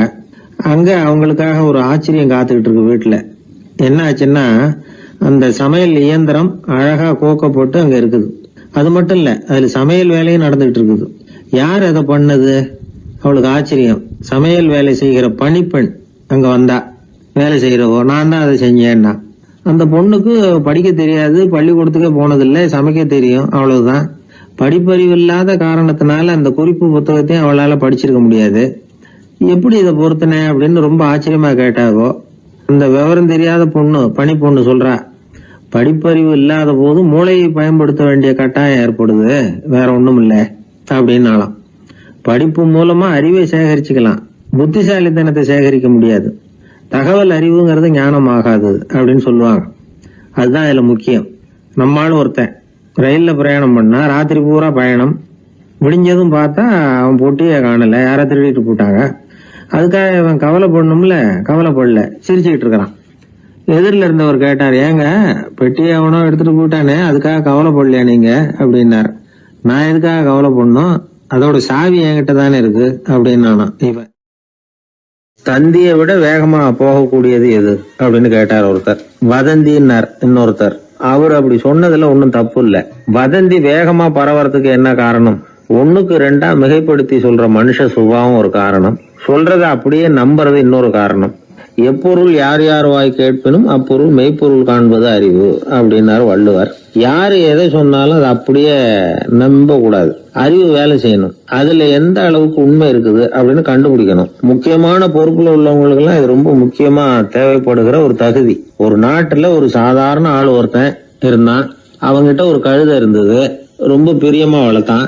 அவனுக்கு அது ரொம்ப நெருக்கமான நண்பன். வேற மனுஷங்க யாரும் கிடைக்கல போல இருக்குது. அந்த கழுதைக்கு கந்தர்வசேனன் அப்படின்னு பேர் வச்சான். அந்த பேரை சொல்லிதான் அவன் அதை கூப்பிடுறது வழக்கம். அவ்வளவு பிரியமா வளர்த்த அந்த கழுதை ஒரு நாள் திடீர்னு செத்து போச்சு. எப்படி இருக்கும் அவனுக்கு? ரொம்ப சங்கடப்பட்டான். சாப்பிட கூட பிடிக்கல. அவனுக்கு முகத்தை வந்து மூணு வச்சுக்கிட்டு அவன் பாட்டு உட்காந்துருக்கிறான். இந்த நேரம் பார்த்து அவனுக்கு வேண்டியப்பட்ட ஒருத்தன் அந்த பக்கமா வந்தான். அவனை பார்த்தான். ஏன்டா அப்படி உட்காந்துருக்கிற அப்படின்னு கேட்டான். கந்தர்வசேனன் செத்து விட்டதா சொல்லி குலுங்கி அழ ஆரம்பிச்சுட்டான் இவன். கந்தர்வசேனன் யாருன்னு கேட்டான் இவன். அப்படி கேட்ட உடனே அவன் இன்னமும் சத்தம் போட்டு ஒவ்வொன்னு கத்த ஆரம்பிச்சுட்டான். துக்கம் அதிகமாயிட்டுது. அவன் அழற வேகத்தை பார்த்ததும் சரி, கந்தர்வசேனன்ங்கிறது முக்கியமான ஒரு பெரிய மனுஷன் போல இருக்கு அப்படின்னு இவன் முடிவு பண்ணிட்டான். நம்ம ஃப்ரெண்டோட துக்கத்தை நாமளும் பகிர்ந்துக்கணும்னு நினைச்சான். உடனே தலைய மொட்டை அடிச்சுக்கிட்டான், மீசை எடுத்துட்டான், கருப்பு உடை போட்டுக்கிட்டான். கந்தர்வசேனன் இறந்த செய்தி இப்படி காத்து வாக்குல பரவ ஆரம்பிச்சது ஊர் பூரா. ஊர்ல உள்ளவங்க எல்லாம் இந்த செய்தியை கேட்டதும் அவங்களும் தலையை மொட்டை அடிச்சுக்கிட்டு கருப்பு துணி போட்டுக்க ஆரம்பிச்சுட்டாங்க. ஒரே நாள்ல நகரம் பூராவும் துக்கத்துல ஆழ்ந்து போச்சு. எங்க பார்த்தாலும் மொட்டை தலை, கருப்பு துணி. அந்த நாட்டு அமைச்சர் இதை பார்த்தார். ஜனங்கள்லாம் வருத்தமா இருக்கிறாங்களே அப்படின்னு நினைச்சு சில பேரை கூப்பிட்டு விசாரிச்சார், என்ன விஷயம் அப்படின்னு. கந்தர்வசேனன் செத்துட்டார், அதனாலதான் இப்படி துக்கம் அனுஷ்டிக்கிறோம் அப்படின்னாங்க. அவராவது கொஞ்சம் யோசனை பண்ணி பார்த்துருக்கலாம்ல. கந்தர்வ சேனன்னு சொல்றீங்களே, யார் அது அப்படின்னு விசாரிக்கலாம்ல. விசாரிக்கல. மக்கள் துயரத்துல நாமளும் பங்கு எடுத்துக்கணும் அப்படின்னு தான் அவர் நினைச்சார். அவரும் உடனே மொட்டை அடிச்சுக்கிட்டு கருப்பு சட்டை போட்டு ஆரம்பிச்சுட்டார். அமைச்சர் இப்படி இருக்காருங்கிற செய்தி அரசருக்கு எட்டுச்சு. அவர் என்ன பண்ணாரு, அவரும் மொட்டை போட்டுக்கிட்டு தூக்கம் அனுஷ்டிக்க ஆரம்பிச்சுட்டார். அன்னைக்கு ராத்திரி ராஜா மொட்டை தலையோட அந்த புறத்துக்கு வரார், முகத்தை முன்னு வச்சுக்கிட்டு. ராணி பார்த்தாங்க. என்னங்க இது, என்ன விஷயம், உங்க துக்கத்துக்கு என்ன காரணம்னு கேட்டாங்க. ராஜா ரொம்ப கவலையோட, கந்தர்வ சேனன் செத்துட்டாராம், ஜனங்கள்லாம் வருத்தத்துல இருக்கிறாங்க, அதனால நானும் அவங்களோட துக்கத்துல பங்கெடுத்துக்கிறேன், ஒரு ராஜாவோட கடமை இல்லையா அது அப்படின்னார். அது சரி, கந்தர்வ சேனன் யாரு, உங்க அப்பாவா அண்ணனா, எதுக்காக தலைய மொட்டை அடிச்சிங்க அப்படின்னு கேட்டாங்க ராணி. அதுக்கப்புறம் தான் ராஜா யோசிக்க ஆரம்பிச்சார். ஆமா, அதுவும் சரிதானே, நாம என்னத்துக்கு அவசரப்பட்டு இப்படி பண்ணோம் அப்படின்னு சொல்லி நினைச்சுக்கிட்டு அதுக்கப்புறம் அமைச்சரை கூப்பிட்டார். அப்புறம் விவரம் கேட்டார்.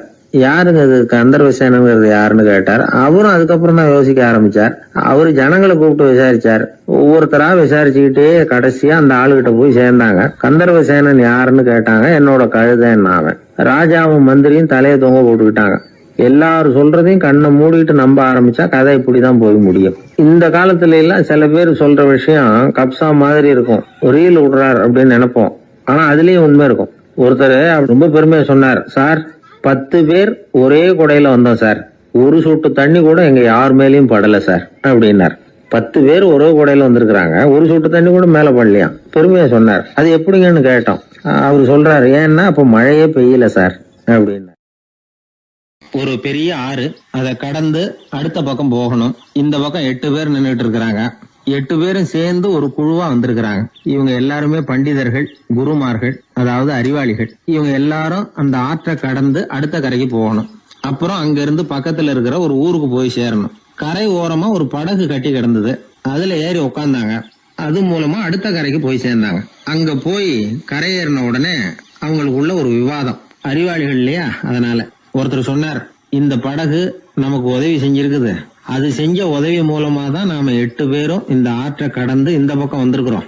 இது செஞ்சிருக்கிற உதவிக்கு நாம நன்றி செலுத்தணும், பதில் மரியாதை செய்யணும். அதை எப்படி செய்யறது அப்படின்னார்.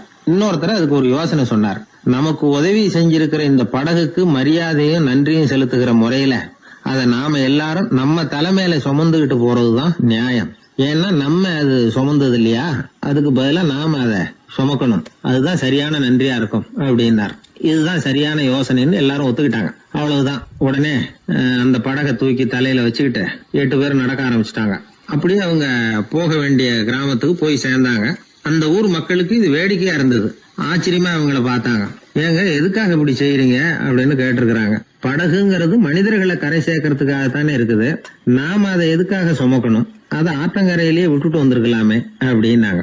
இதுக்கு அந்த 8 பேர்ல ஒருத்தர் சொன்னாராம், என்ன இப்படி சொல்றீங்க, உங்களுக்கு நன்றி உணர்வே கிடையாதா, நீங்க நன்றி கெட்டவங்களா இருக்கிறீங்க, நாங்க நன்றி உடையவர்களா இருக்கிறோம். நன்றி உடைமை அப்படின்னா என்னன்னு எங்களுக்கு தெரியும், அதனாலதான் எங்களை கரை சேர்த்த படகுக்கு நாங்க நன்றி செலுத்துறோம். இந்த படகு எப்பவும் எங்க தலைமையிலதான் இருக்கும் அப்படின்னார். இது புத்தர் சொன்ன ஒரு கதை. வழி இருக்கு பாருங்க, அதையே முடிவுன்னு நினைச்சு வாழ்நாள் பூரா புடிச்சுக்கிட்டு மனிதர்கள் துன்பப்படுறாங்க அப்படிங்கறது அவருடைய கருத்து. ஒரு மனிதன் ஜபம் பண்றான், வழிபாடு பண்றான், அது மூலமா ஒரு விழிப்புணர்வு கிடைச்சுட்டுதுன்னு வச்சுக்கோங்க. அதுக்கப்புறம் எதுக்கு அந்த ஜபமும் வழிபாடும், தூக்கி எறிஞ்சிட வேண்டியதானே. ஆனா மனுஷன் அப்படி பண்றது இல்ல. வழிபாட்டையே லட்சியமா வச்சுக்கிட்டு அதையே கெட்டியா புடிச்சுக்குவான். அந்த ஜபத்துக்கு அவன் ஒரு கைதி ஆயிடுறான். அதனால அதை விட்டுட்டு அவனால வெளியில வர முடியல. வழிபாடு மூலமா சாதிச்சுடலாம் அப்படின்னு நினைக்கிறது தப்பு அப்படிங்கிறார் ஓஷோ. ஜபம்ங்கிறது ஒரு முள். காலில் குத்துன முள்ள எடுக்கிறதுக்கு இன்னொரு முள்ள பயன்படுத்துறோம். முள்ள எடுத்தாச்சு, அப்புறம் என்ன, 2 முள்ளையும் வீசி எறிஞ்சிட வேண்டியது தானே. 2 முள்ளுக்குமே இனிமே பிரயோஜனம் இல்லை. பழைய முள் இருந்த இடத்துல புதிய முள்ள குத்தி வச்சா வலிதான் தொடரும். அப்படி செய்யறவன் முட்டாள். ஆனா இப்படிப்பட்ட முட்டாள்களுக்கு உலகத்துல பஞ்சமே இல்லைங்கிறார் அவர். அதனால வழிபாடு ஜபம் அப்படின்னு எல்லாம் சொல்றோமே, அதையெல்லாம் கூட விழிப்புணர்வோட பயன்படுத்தணும். நம்ம ஆள் ஒருத்தன், அவன் என்னன்னா காலில் ஒரு முள்ள தைச்சுக்கிட்டான், இன்னொரு முள்ளால அதை எடுத்துக்கிட்டு இருக்கிறான். ரொம்ப நேரமா முயற்சி பண்ணிட்டு இருந்தான். கடைசியா அப்பாடா எடுத்தாச்சு அப்படின்னு சொல்லிவிட்டு மறுபடியும் முள்ள எடுக்க ஆரம்பிச்சான். என்னப்பா இது, அதுதான் முள்ள எடுத்துட்டிய, அதுக்கப்புறம் என்னத்துக்கு முயற்சி பண்ணிட்டு இருக்கிறேன்னு கேட்டாங்க. இதுக்கு அவன் சொல்றான், ஏற்கனவே தச்சிருந்த முள்ள எப்பவோ எடுத்துட்டேன், அதை எடுக்கிறதுக்காக உபயோகப்படுத்திக்கிட்டு இருந்தேனே இன்னொரு முள்ளு, அது இப்ப உள்ள மாட்டிக்கிட்டு இருக்குது, அதனாலதான் மறுபடியும் முதல்ல இருந்து ஆரம்பிக்கிறேன் அப்படின்னா. இப்படி வாழ்க்கையில முதல்ல இருந்து ஆரம்பிக்கிறவர்களும் அதிகம், முதல்லயே இருந்துகிட்டு இருக்கிறவங்களும் அதிகம். வாழ்க்கையில படிப்படியா முன்னேறணும், வாழ்க்கையை புரிஞ்சுக்கிட்டு முன்னேறணும். அதுக்கு இந்த பெரியவர்கள் சொல்லுகிற தத்துவத்தை எல்லாம் சரியா புரிஞ்சுக்கிட்டு அது பிரகாரம் நாம நடக்கணும். ஒரு ஊர்ல ஒரு பெரியவர் இருந்தார். அவர் ஒரு குரு. அவர் தொடர்ந்து தியான கூட்டங்கள் நடத்துவார். அந்த கூட்டத்துல கலந்துக்கிறதுக்காக பல ஊர்கள்ல இருந்து சீடர்கள் நிறைய பேர் வருவாங்க போவாங்க. ஒரு நாள் அங்க கூட்டம் நடந்துகிட்டு இருக்குது. அந்த சமயத்துல சீடர்கள்ல ஒருத்தன் என்னத்தையும் திருடி விட்டான். மற்ற சீடர்கள் அதை கவனிச்சுட்டாங்க. இவன் ஆப்பிட்டுக்கிட்டான். கூட்டம் முடிஞ்ச பிற்பாடு இவன் திருடின விஷயத்த அந்த பெரியவர்கிட்ட போய் சொன்னாங்களாம். அவர் கவனத்துக்கு கொண்டுகிட்டு போனாங்க. ஆனா அவர் இத காதிலே போட்டுக்கல, கண்டுக்கவே இல்லை. போய் சொன்ன சீடர்களுக்கெல்லாம் ஏமாத்தமா போயிட்டுது. என்ன இது, இவ்வளவு தூரம் நாம கண்டுபிடிச்சு போய் சொல்றோம், அவரு கண்டுக்கவே மாட்டேங்கிறாரே அப்படின்னு ஒரு மாதிரி ஆயிட்டாங்க. இருந்தாலும் அதை பத்தி ஒண்ணுமே சொல்லிக்கல, பேசாம இருந்துட்டாங்க. கொஞ்ச நாள் ஆச்சு. அதே ஆளு மறுபடியும் ஒரு திருட்டுல மாட்டிக்கிட்டான். சீடர்கள் மறுபடியும் அந்த குரு கிட்ட விஷயத்த சொன்னாங்க. அவர் அப்பவும் வழக்கம் போல சும்மாவே இருந்துட்டார். இவர் இப்படி இருக்கிறத பார்த்ததும் அந்த சீடர்களுக்கு கோபம் வந்துட்டுது. உடனே அந்த சீடர்கள்லாம் ஒண்ணு கூடி பேசினாங்களாம். எல்லாருமா சேர்ந்து ஒரு விண்ணப்பம் தயார் பண்ணாங்க. அதை குருநாதர்கிட்ட கொண்டுட்டு போய் கொடுத்தாங்க. அந்த விண்ணப்பத்துல இவங்க என்ன எழுதியிருக்கிறாங்க தெரியுமா? குருநாதர் அவர்களே, உடனே திருடனவன் மீது சட்ட நடவடிக்கை எடுக்கணும். நீங்க அப்படி அவனை இங்க சேர்க்கப்படாது. நீங்க சேர்த்தீங்கன்னா நாங்க இங்க இருக்கிறத பத்தி யோசிக்க ஆரம்பிச்சிருவோம். அவனை இந்த மடத்தை விட்டு துரத்தி பண்ணணும். நீங்க அவனை வெளியில அனுப்புங்க, இல்லைன்னா நாங்க அத்தனை பேரும் வெளியில போயிடுறோம். இப்படிதான் அந்த விண்ணப்பத்துல எழுதியிருக்கிறாங்க. குரு அந்த விண்ணப்பத்தை வாங்கி படிச்சு பார்த்தார். அதுக்கப்புறம் அதை எழுதின அத்தனை பேரையும் கூப்பிட்டாரு. எல்லாரும் இப்படி வாங்கன்னாரு. வந்தாங்க. இப்படி என் எதிரில் உட்காருங்கன்னார். உட்கார்ந்தாங்க. அப்புறம் சொன்னார், இதை பாருப்பா, நீங்க எல்லாரும் புத்திசாலிகள். உங்களுக்கு எது நல்லது எது கெட்டதுங்கிறது நல்லா தெரியும். நீங்க மேற்கொண்டு ஏதாவது படிக்கணும்னு நினைச்சா வேற எங்க வேணும்னாலும் போகலாம். அதுக்கு நான் தடை சொல்ல மாட்டேன். ஆனா உங்களால குற்றம் சாட்டப்பட்ட அவன் இருக்கானே, அவன் எப்படின்னா அவனுக்கு எது நல்லது எது கெட்டதுங்கிறதெல்லாம் தெரியாது. அதனாலதான் திருடுறான். நீங்க சொல்றது மாதிரி அவனை அடிச்சு துரத்தி போடுறோம்னு வச்சுங்க, அவனுக்கு எப்படி நல்லது கெட்டது தெரியும்? அவனுக்கு அதை யாரு சொல்லி கொடுக்கறது? அதனால இங்கேயே இருக்கட்டும், அதுதான் சரி. இதுக்காக நீங்க எல்லாரும் என்னை விட்டுட்டு போனாலும் சரி, அவனை நான் விரட்ட மாட்டேன் அப்படின்னு விட்டாரான். இவ்வளவையும் திருடனை அந்த சீடன் கேட்டுக்கிட்டே இருந்திருக்கான். அவன் கண்கள்ல கண்ணீர். அப்படியே எழுந்திரிச்சு வந்தான். குரு காலில் விழுந்தான். அவன் கண்ணீர்ல அவனது தீமை கழுவப்பட்டது அப்படிம்பாங்க. அதாவது சீடர்களுக்கு அந்த குருவோட பெருமை அப்பதான் புரிஞ்சுதான். ஒரு நல்ல ஆசிரியர் இருக்காருன்னு வச்சுங்க, நல்லா படிக்கிற பையனுக்கு தான் பாடம் சொல்லி கொடுப்பேன்னா அது என்ன பெரிய விஷயமா? மோசமா படிக்கிறவனையும் மாத்தி காட்டுறேங்கிறது தான் பெருமை. இந்த காலத்து குரு ஒருத்தர் ஒரு ஆசிரமம் வச்சு நடத்திட்டு வந்தார். நிறைய பேர் தினம் வருவாங்க போவாங்க. ஒரு நாள் ஒருத்தன் வந்தான். அந்த குரு முன்னாடி போய் நின்னான். ஐயா, என்ன உங்க சீடனா ஏத்துக்கணும்னா. அந்த குரு நிமிர்ந்து பார்த்தார். உன்னுடைய நோக்கம் என்னன்னு கேட்டார். ஐயா, உங்ககிட்ட கொஞ்ச நாள் இருந்தேன்னா நல்ல பழக்க வழக்கங்களை கத்துக்கலாம். அதுக்கப்புறம் வெளியில போய் ஒரு நல்ல தொழில் தொடங்கி வாழ்க்கையில முன்னுக்கு வரணுங்கிறது தான் என்னோட நோக்கம் அப்படின்னா. நீ சொல்றது சரி, ஆனா உன்னால இங்க நல்ல பழக்க வழக்கங்களை கத்துக்க முடியலன்னு வச்சுக்கோ, அப்ப என்ன பண்ணுவேன் அப்படின்னு கேட்டார் அவர்.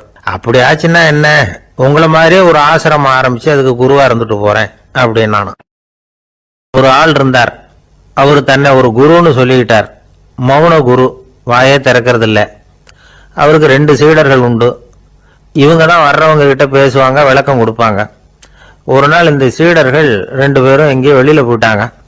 அந்த நேரம் பார்த்து ஒருத்தர் அங்க வந்தார். குரு கிட்ட போனார். குருவே, புத்தர்னா என்னன்னு கேட்டார். குருவுக்கு ஒன்றும் புரியல. அவர் உண்மையான குருவா இருந்தாவில புரியும். அவர் திருன்னு முழிக்க ஆரம்பிச்சுட்டார். இந்த நேரம் பார்த்து இந்த சீடர்கள் எங்கேயோ போயிட்டாங்களே, என்ன பண்றது, உதவிக்கு யாராவது கிடைக்க மாட்டாங்களா அப்படின்னு அப்படியே சுத்தி பாக்குறார். அங்க எங்க பாக்குறார். வந்தவர் இதை கவனிச்சார். ஏதோ புரிஞ்சுக்கிட்ட ஒரு மாதிரி அடுத்த கேள்வி கேட்டார். தர்மம்னா என்ன சுவாமின்னார். குருவுக்கு ரொம்ப சங்கடமா போச்சு. நம்ம நிலைமை இப்படி ஆயிட்டுதே, இக்கட்ல மாட்டிக்கிட்டோமே அப்படின்னு நினைச்சபடியே விட்டத்தை பார்த்தார். அப்புறம் குனிஞ்சு தரைய பார்த்தார். அப்படியே உட்காந்துக்கிட்டார். வந்தவர் உடனே அடுத்த கேள்விக்கு போயிட்டார். தியானம்னா என்ன சுவாமின்னார். பாவம் என்ன பண்ணுவார் அந்த குரு, பேசாம கண்ணை கெட்டியா மூடிக்கிட்டார். இது ஏதடா வம்பா போச்சுன்னு. இவர் இப்படி பண்ணா கூட வந்தவர் சளைக்கல. இன்னொரு கேள்வியும் கேட்டார். ஆசீர்வாதம்னா என்ன அப்படின்னார். இவர் பார்த்தார், இப்படியே போனா இவர் கேள்வி கேட்கறத நிறுத்த மாட்டார் அப்படின்னு நினைச்சுக்கிட்டு எனக்கு ஒண்ணுமே தெரியாதுங்கிற பாவனையில 2 கையையும் விரிச்சு காட்டினார். வந்தவர் முகத்துல மகிழ்ச்சி, மன நிறைவு, ஏதோ எல்லாம் புரிஞ்சுக்கிட்ட ஒரு மாதிரி அங்கிருந்து புறப்பட்டு போனார். வழியில அந்த குருவோட சீடர்கள் 2 பேரையும் சந்திச்சார். உங்க குருவை தான் பார்த்துட்டு வரேன்னார் இவர். என்ன நடந்ததுன்னு கேட்டாங்க. இவர் வரமா சொல்றார், உங்க குரு எவ்வளவு பெரிய ஞானி தெரியுமா? புத்தர்னா என்னன்னு கேட்டேன். அதுக்கு அவர் அப்படியும் இப்படியும் பார்த்தார். அதுக்கு என்ன அர்த்தம் தெரியுமா? மக்கள் புத்தரை அங்கேயும் இங்கேயும் தேடுறாங்க, உண்மையில அவர் அங்கேயும் இங்கேயும் தேடி கண்டுபிடிக்க முடியாது அப்படிங்கிறத அவர் செய்கை மூலம் உணர்த்தினார். அதுக்கப்புறம் தர்மம்னா என்னன்னு கேட்டேன். அவர் மேலையும் கீழையும் பார்த்து தர்மம் சமமானது, அதுல உயர்வு தாழ்வு இல்லைங்கிறத உணர்த்தினார். அதுக்கப்புறம் தியானம்னா என்னன்னு கேட்டேன். கண்ணை மூடிக்கிட்டார். கண்ணை மூடி காணுகிற அற்புதம் அது அப்படிங்கிறத புரிஞ்சுக்கிட்டேன். கடைசியா ஆசீர்வதிக்கப்படுறது பத்தி கேட்டேன். கைகளை நீட்டி உதவுறது தான் அது அப்படிங்கிறத தன்னுடைய இருகை விரிச்சு உணர்த்தினார். எவ்வளவு பெரிய மகான் அவர் அப்படின்னு சொல்லிவிட்டு அவர் பாட்டு போயிட்டார். சீடர்கள் அதுக்கப்புறம் மெதுவா குரு கிட்ட சேர்ந்தாங்க. அவங்கள பார்த்ததும் குருவுக்கு கோபம் வந்துட்டுது. அடே பாவிகளா, எங்கடா போய் தொலைஞ்சிங்க? நான் ஒரு ஆளுகிட்ட மாட்டிக்கிட்டு என்ன பாடுபட்டிருக்கேன் தெரியுமான்னார். இது மாதிரி தான் நாம சாதாரண மனிதர்களின் புற வேடங்களிலேயே மயங்கி போயிடுறோம். அவங்க பேச்சு, செய்கை, பார்வை இதுல எல்லாம் ஏதோ பெரிய தத்துவம் இருக்கிறதாக நினைச்சுக்கிறோம். உண்மையிலேயே அந்த தத்துவங்கள் யாருக்கு சொந்தம்? அவங்களுக்கு இல்லை, நமக்கு தான் சொந்தம். நாம தானே அதை கற்பிச்சுக்கிட்டோம். நம்மை நாம அடையாளம் கண்டுக்கிறது இல்லை, நாம யாருங்கிறது நமக்கு புரியறது இல்லை. அதுதான் இன்னைக்கு நடக்கிறது. அதனாலதான் அடுத்தவங்களை தேடி ஓடிக்கிட்டு இருக்கிறோம். சில வீடுகளில் கூட இது மாதிரி சைகைகள் உண்டு. சில குடும்ப தலைவர்கள் தினமும் காலையில கண்ணை கெட்டியா மூடிக்கிட்டு கை 2ஐயும் சுத்தமா விரிச்சு வச்சுக்கிட்டே உட்காந்து தியானம் பண்றது வழக்கம். எதுக்காக அப்படி பண்றீங்கன்னு ஒருத்தரை பார்த்து கேட்டேன். இந்த மாசம் வாங்கின சம்பளம் பூரா தீர்ந்து போச்சு, இனிமே என் கையில சுத்தமா ஒண்ணும் இல்ல, புதுசா எதுவும் செலவு வச்சுடாதே அப்படிங்கிறத அப்படி உள்ளங்கை 2ஐயும் விரிச்சு காட்டி அவங்களுக்கு உணர்த்துறேன் அப்படின்னார். ஒருத்தன் வேகமா ஓடி வந்தான். ஏப்பா அப்படி தலை தெறிக்க ஓடி வர்றேன்னு கேட்டேன். பின்னாடி துரத்திட்டு வருது சார் அப்படின்னா. ஏதாவது நாய் துரத்திட்டு வருது போல இருக்கு அப்படின்னு நினைச்சு அவனுக்கு பின்னாடி பாக்குறேன். கண்ணு கேட்டின தூரம் வரைக்கும் எதுவுமே தெரியல. ஏன்பா எதுவும் உன்னை துரத்துறது மாதிரி தெரியலையே என்ன? நல்லா பாருங்க சார் அப்படின்னா. பார்த்துட்டு தான் சொல்றேன் என்ன. இதோ பாருங்க சார், இதுதான் என்ன துரத்துது அப்படின்னு அவன் காட்டுறான். அவன் சுட்டி காட்டின இடத்துல பார்த்தா அங்க அவனுடைய நிழல் தான் தெரியுது. என்னப்பா சொல்ற அப்படின்னு சொல்லி அவனை சந்தேகமா பார்த்தேன். அதுக்கப்புறம் தான் விவரமா பேசினான். சார், எனக்கு என் நிழலை கண்டா பிடிக்கிறது இல்லை, எப்ப பார்த்தாலும் இது என்னையே பின்தொடர்ந்து வந்துகிட்டு இருக்குது, இதை என்னால சகிக்கவே முடியல, இதை என்கிட்ட இருந்து பிரிக்கிறதுக்கு எவ்வளவோ முயற்சிகள்லாம் பண்ணி பார்த்துட்டேன், முடியலன்னா. அப்படி என்னென்ன முயற்சிகள் பண்ணினேன் அப்படின்னு கேட்டேன். அவன் என்னென்ன செஞ்சாங்கிறத விவரமா சொன்னான். அவன் என்ன பண்ணிருக்கிறான், ஒரு பெரிய குழியை தோண்டி அதுல தன்னுடைய நிழலை புதைச்சிருவோம் அப்படின்னு முடிவு பண்ணிட்டு மண்வெட்டி எடுத்துக்கிட்டு தோட்டத்து பக்கம் போயிருக்கான். ஆழமா ஒரு குழியை தோண்டி இருக்கான். குனிஞ்சு பாக்குறான். அந்த குழிக்குள்ள தன்னுடைய நிழல் தெரியுது. ஆஹா, இதுதான் சமயம், நிழல் இப்ப குழிக்குள்ள இருக்கு, மண்ணை போட்டு மூடிவிடலாம் அப்படின்னு நினைச்சுக்கிட்டு கொஞ்சம் மண்ணை அள்ளி போட்டான். பார்த்தா இப்ப அந்த நிழல் அந்த மண்ணுக்கு மேல நிக்குது. இது ஏதுடா ரொம்ப போச்சு அப்படின்னு அவசரமா மண்ணை வாரி போட்டு மூடி பாக்குறான். குழி பூராவும் மூடி விட்டு பாக்குறான். மறுபடியும் நிழல் மேல உட்காந்துக்கிட்டு இருக்குது. சரி, இத குழியில புதைக்க முடியாது அப்படின்னு முடிவு பண்ணிட்டு இதை இங்கேயே இப்படியே விட்டுட்டு ஒரே ஓட்டமா ஓடி போடுவோம் அப்படின்னு நினைச்சு எடுத்தான் ஓட்டம். அது காலை நேரம். இவன் மேற்க நோக்கி ஓடிட்டு இருக்கிறான். ஓடி ஓடி பாக்குறான், நிழல் இவனை விட வேகமா இவனுக்கு முன்னாடி ஓடிட்டு இருக்கு. சரி, திரும்பி ஓடி பார்ப்போம் அப்படின்னு நினைச்சுக்கிட்டு அப்படியே சடார்னு திரும்பி ஓட ஆரம்பிச்சான். பார்த்தான், அப்பாடா நிழலை காணல. கொஞ்ச தூரம் ஓடி ஒரு இடத்துல நின்று அப்படியே சாவகாசமா திரும்பி பார்க்கறான். பின்னாடி நின்றுட்டு இருக்குது நிழல். இப்படி ஓடி வந்துதான் இங்க நம்ம முன்னாடி நின்று தன்னுடைய அவஸ்தையை சொல்லிட்டு இருக்கிறான். இந்த நிழலை துரத்துறது அல்லது வெட்டி விடுறது, இதுக்கு ஏதாவது வழி இருக்கா சொல்லுங்க சார் அப்படிங்கிறான். நமக்கு ஒன்றும் புரியல. அந்த நேரம் பார்த்து ஒரு பெரியவர் வந்தார். அவர்கிட்ட யோசனை கேட்டோம், என்ன செய்யலாம்னு. அவர் சொன்னார், இந்த பாருப்பா, நீ அங்கேயும் எங்கேயும் ஓடாத, அப்படியே கீழே படுத்துக்கொண்டார். அது நல்ல உச்சி வேலை. அவன் அப்படியே கீழே படுத்துக்கிட்டான். இப்ப அப்படி இப்படின்னு திரும்பி பார்க்கறான், நிழல காணல. அவன் இப்பதான் நிம்மதியா இருந்தான். இப்ப அந்த பெரியவர் சொன்னார், எல்லா மனிதர்களுமே இப்படிதான் ஓடிட்டு இருக்கிறாங்க. நான் எனது அப்படிங்கிற ஆணவம் தான் அவங்கள துரத்திக்கிட்டு இருக்கு. அதை விட்டுட்டு ஓடணும்னு நினைச்சாலும் அது முன்னாடி வந்து நிக்குது. பரம்பொருளை நோக்கி ஓடுறப்போ இந்த ஆணவம் பின்னாடி வந்து விடுது. பரிபூர்ண சரணாகதிங்கிற நிலையில அது முழுசுமா மறைஞ்சுடுது. தன்னை உணர்கிற வேலை அது. அந்த நேரம் மனிதனுக்கு விடுதலை உணர்வு ஏற்படுகிற நேரம் அது. அப்படிப்பட்ட சுதந்திர மனிதர்களாக எல்லாரும் மாறி போயிட்டாங்கன்னா இந்த உலகமே இன்பமயம் அப்படின்னு ஒரு விளக்கம் கொடுத்தார் பெரியவர். நம்மால் ஒருத்தர் வேகமா ஓடி வந்துகிட்டு இருந்தான். ஏன்டா அப்படி ஓடி வர்ற அப்படின்னு கேட்டார் எதிரில் வந்தவர். ஆசை துரத்துது, அதுதான் ஓடி வர்றேன்னா. உனக்கு என்ன ஆசைன்னு கேட்டார். எனக்கு ஒன்றும் ஆசை இல்லைங்க, என்னை எப்படியாவது பிடிச்சிடணும்னு போலீஸ்காரங்களுக்கு ஆசை. அந்த ஆசை இப்ப என்னை துரத்தி பின்னாடி வந்துகிட்டு இருக்குது. அதுதான் தப்பிச்சு வந்துகிட்டு இருக்கிறேன். குறுக்க நிக்காதீங்க சார், வழியை விடுங்க அப்படின்னு சொல்லிவிட்டு வேகமா ஓடி மறைஞ்சான். எனக்கு வாழ்க்கையில ஒரே ஒரு ஆசை தான் சார் அப்படின்னாரு ஒருத்தர். அது என்னன்னு கேட்டேன். ஆசைகளை ஒழிச்சுடணுங்கிறது தான் என்னோட ஆசை அப்படின்னார். இப்படி ஆசைகளை ஒழிக்க வேண்டும் அப்படிங்கறதையே ஒரு ஆசையா கொள்றது அபத்தம் அப்படிங்கிறார் ஒரு பெரியவர். இது மாதிரி ஆசைகளை ஒழிக்க ஆசைப்பட்டா அந்த நோக்கம் நிறைவேறாதான். அந்த முயற்சியால புதுசா சில துன்பங்கள் தான் சேருமா. அதுல புதுசா ஒரு ஆசை தலை தூக்கும் அப்படிங்கிறார் அவர்.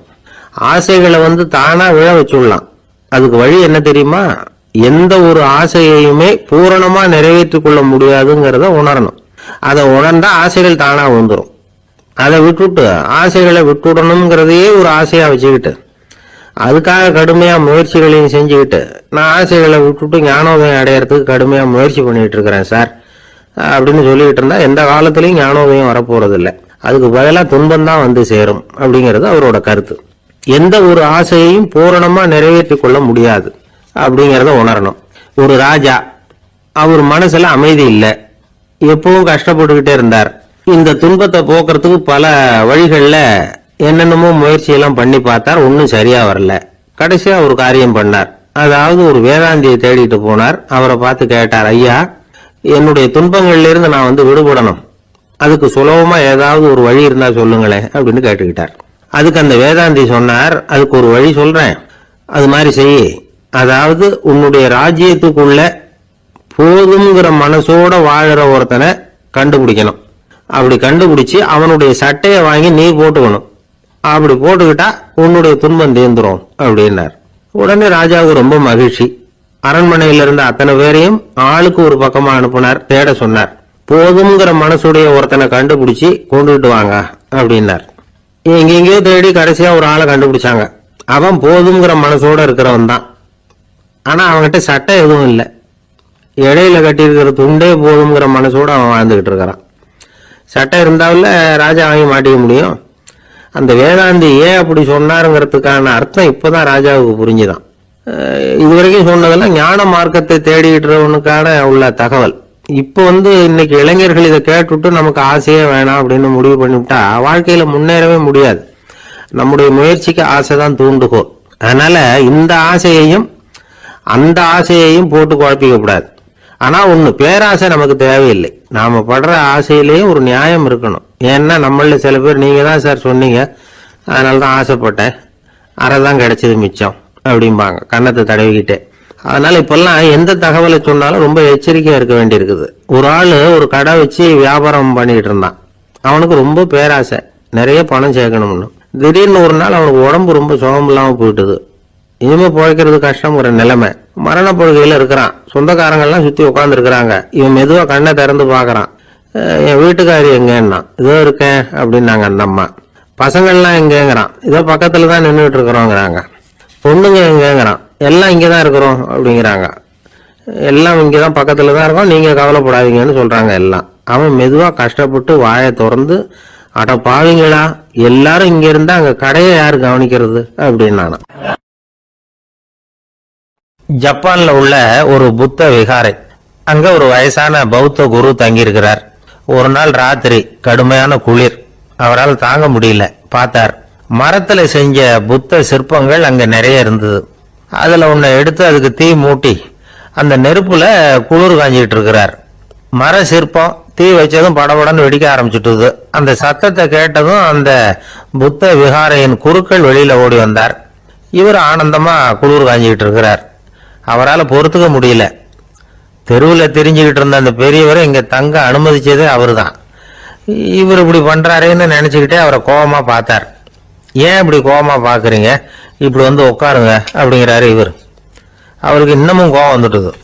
எங்கள் கடவுளை வந்து எரிச்சுட்டீங்களே அப்படின்னு சத்தம் போட்டாராம். அப்படியா அப்படின்னு கேட்டுக்கிட்டே அந்த சாம்பலை கிளறினார் இவர். என்ன செய்யறீங்கன்னு கேட்டிருக்காரு அவர். நான் எலும்புகளை தேடுறேன்னாராம். நீங்க ஒரு பைத்தியம், இது ஒரு மர சிற்பம், இதுல எலும்புகள் கிடையாது அப்படின்னாராம். அவருக்கு கோபம் வந்துட்டுது. உடனே வெளியில போங்கன்னு கத்தியிருக்கார். வெளியில தள்ளி கதவையும் சாத்தி விட்டாராம். மறுநாள் காலையில கதவை திறந்து பார்த்தா அந்த வயசான பெரியவர் ஒரு மயில்கல் மேல சில காட்டு பூக்களை வச்சு புத்தம் சரணம் கச்சாமின்னு சொல்லிக்கிட்டே இருக்கிறார். இவருக்கு சந்தேகமா போட்டுது. கிட்ட போனார். என்ன செஞ்சுக்கிட்டு இருக்கீங்கன்னு கேட்டார். இது என்னுடைய காலை நேர பிரார்த்தனைனாராம். நிஜமாவே நீங்க ஒரு பைத்தியமா தான் இருக்கணும், ஏன்னா அது ஒரு மயில்கல் அப்படின்னாராம். இப்ப அந்த பெரியவர் சொன்னாராம், நீங்க ஒரு மரத்தை புத்தரா நினைக்கும் பொழுது நான் ஏன் ஒரு மயில்கல்ல புத்தரா நினைக்கக்கூடாது? நான் வந்து புத்தரை எரிக்கலாம், ஏன்னா அவரை நான் நேசிக்கிறேன்.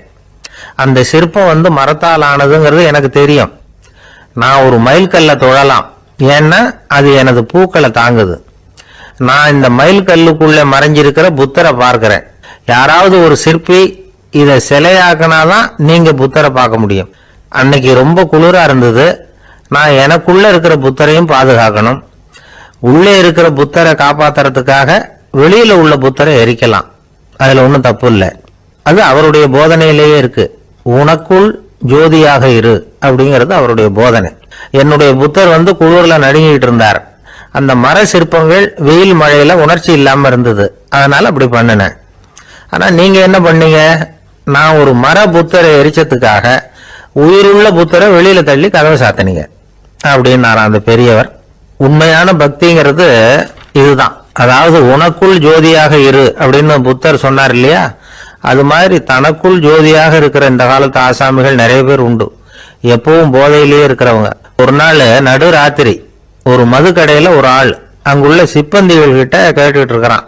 மறுபடியும் இந்த கடை எப்போ திறப்பாங்கன்னு கேட்டானா.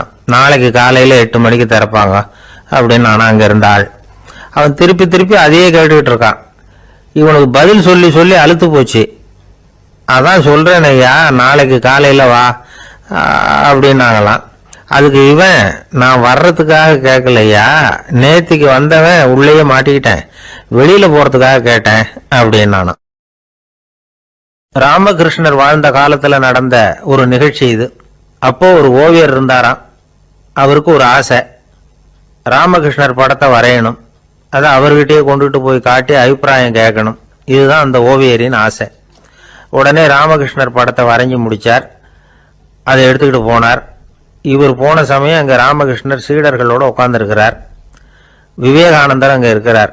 இந்த ஓவியர் கொண்டுகிட்டு போய் தான் வரைந்த ஓவியத்தை அவர்கிட்ட காட்டினார். ராமகிருஷ்ண பரமஹம்சரின் ஓவியத்தை ராமகிருஷ்ணர்கிட்டயே காட்டுறார். ராமகிருஷ்ணர் என்ன பண்ணார் தெரியுமா? அந்த படத்தை பார்த்தார். உடனே அது காலை தொட்டார். குருதேவருடைய இந்த செயல் சீடர்களுக்கு ரொம்ப வியப்பை உண்டு பண்ணிச்சு. சில பேர் மனசுக்குள்ளேயே ரொம்ப குழம்பி போக ஆரம்பிச்சுட்டாங்க, என்ன இப்படி பண்றாருன்னு. என்ன இது அவரோட படம், அவரே அவரோட படத்தின் காலை தொடுறார் அப்படின்னு யோசிச்சாங்க. சில பேர் ஒன்றும் புரியாம ஒருத்தர் பார்த்து சிரிச்சுக்கிட்டாங்க. அந்த இடத்துல சீடர்கள் மட்டும் இல்ல, சீடர் அல்லாத பல பேர் இருந்தாங்க. தன்னுடைய காலை தானே தொடர இவருடைய செயல் பற்றி என்ன நினைக்கிறது அப்படின்னு அவங்களும் குழம்பி போய் நிக்கிறாங்க. அந்த படத்தை வரைஞ்சி அவர்கிட்ட காட்டின அந்த ஓவியருக்கும் அதிர்ச்சி. இருந்தாலும் அவர் சீடர் கிடையாது, அதனால கொஞ்சம் துணிச்சலை வர வச்சுக்கிட்டு கேட்டார், என்னங்க இது, என்னால என்னுடைய கண்களையே நம்ப முடியல, இது உங்க சொந்த உருவப்படம், நீங்க உங்க சொந்த கால்களையே தொடுறீங்க, இது எங்களுக்கு கொஞ்சம் சங்கடமா இருக்குதே அப்படின்னார். ராமகிருஷ்ணரின் கண்கள்ல ஆனந்த கண்ணீர் வழிஞ்சுதான். அவர் சொன்னாராம், இது என்னோட படம்ங்கிறது எனக்கு தெரியும், ஆனா இது என்னோட படம்ங்கிறதுனால நான் இதோட காலை தொடல. நீ என்னுடைய சமாதி நிலைய இந்த படத்துல படம் பிடிச்சி காட்டியிருக்கிற, அதனால அதோட காலை தொடறேன். சமாதி நிலையில யார் இருந்தாலும், அது என்னுடைய படமா இருந்தாலும் சரி அல்லது வேற யாருடைய படமா இருந்தாலும் சரி, படம் யாருதுங்கிறது முக்கியம் இல்லை. இதுல எது முக்கியம்னா அது தன்னை உணர்ந்த ஒரு உணர்நிலையின் படம். அப்படி இருக்கிறப்போ அதோட காலை நான் தொடணும். அதுக்கு நீங்க எல்லாரும் ஏன் சங்கடப்படுறீங்கன்னு எனக்கு தெரியல அப்படின்னாராம். இப்பதான் அங்க இருந்த சீடர்களுக்கும் மற்றவங்களுக்கும் விவரம் புரிஞ்சுதான். இதுக்கு முன்னாடி யாரும் செய்யாததை இவர் செஞ்சிருக்கிறார், ஆனா அவருடைய காரணம் ரொம்ப நியாயமானது அப்படிங்கிறத உணர்ந்தாங்களாம். இதுவரைக்கும் ஆன்மீகத்துல சமாதி நிலை, அதாவது தன்னை உணர்ந்த நிலை பற்றி புரிஞ்சுக்கிட்டோம். இல்லறத்துல ஏற்படக்கூடிய சமாதி நிலை பற்றி உங்களுக்கு தெரியுமா? ஒரு அம்மா டாக்டர் கிட்ட வந்து சொன்னாங்களாம், டாக்டர், என் வீட்டுக்காரருக்கு உடம்புல ஏதோ கோளாறுன்னு நினைக்கிறேன். நான் எவ்வளவு நேரம் பேசினாலும் காதுல விழாத மாதிரி உட்கார்ந்துருக்கிறார் அப்படின்னு ஆகலாம். அதுக்கு அந்த டாக்டர் சொன்னாராம், அம்மா, அது உடம்பு கோளாறு இல்லை, அது ஒரு பெரிய திறமை அப்படின்னாராம். ஒரு ஏரி ஓரமா 2 பசங்க நடந்து போயிட்டு இருக்கிறாங்க. அதுல ஒருத்தன் பணக்கார வீட்டு பையன், இன்னொருத்தன் ஏழை. இவங்க 2 பேரும் போயிட்டு இருக்கிறாங்க. வழியில் ஒரு இடத்துல ஒரு ஜோடி செருப்பு இவங்க கண்ணுல படுது. ஒரு விவசாயி அந்த செருப்பை அங்க விட்டுட்டு பக்கத்துல இருந்த ஏரியில கை கால கழுவிட்டு இருக்கிறார். உடனே அந்த பணக்கார பையனுக்கு ஒரு ஐடியா. அவன் சொன்னானா, டேய், இப்போ ஒரு வேடிக்கை செய்யலாம். அந்த செருப்பு 2ஐயும் தூக்கி எட்டத்துல வீசி எறிஞ்சிருவோம்.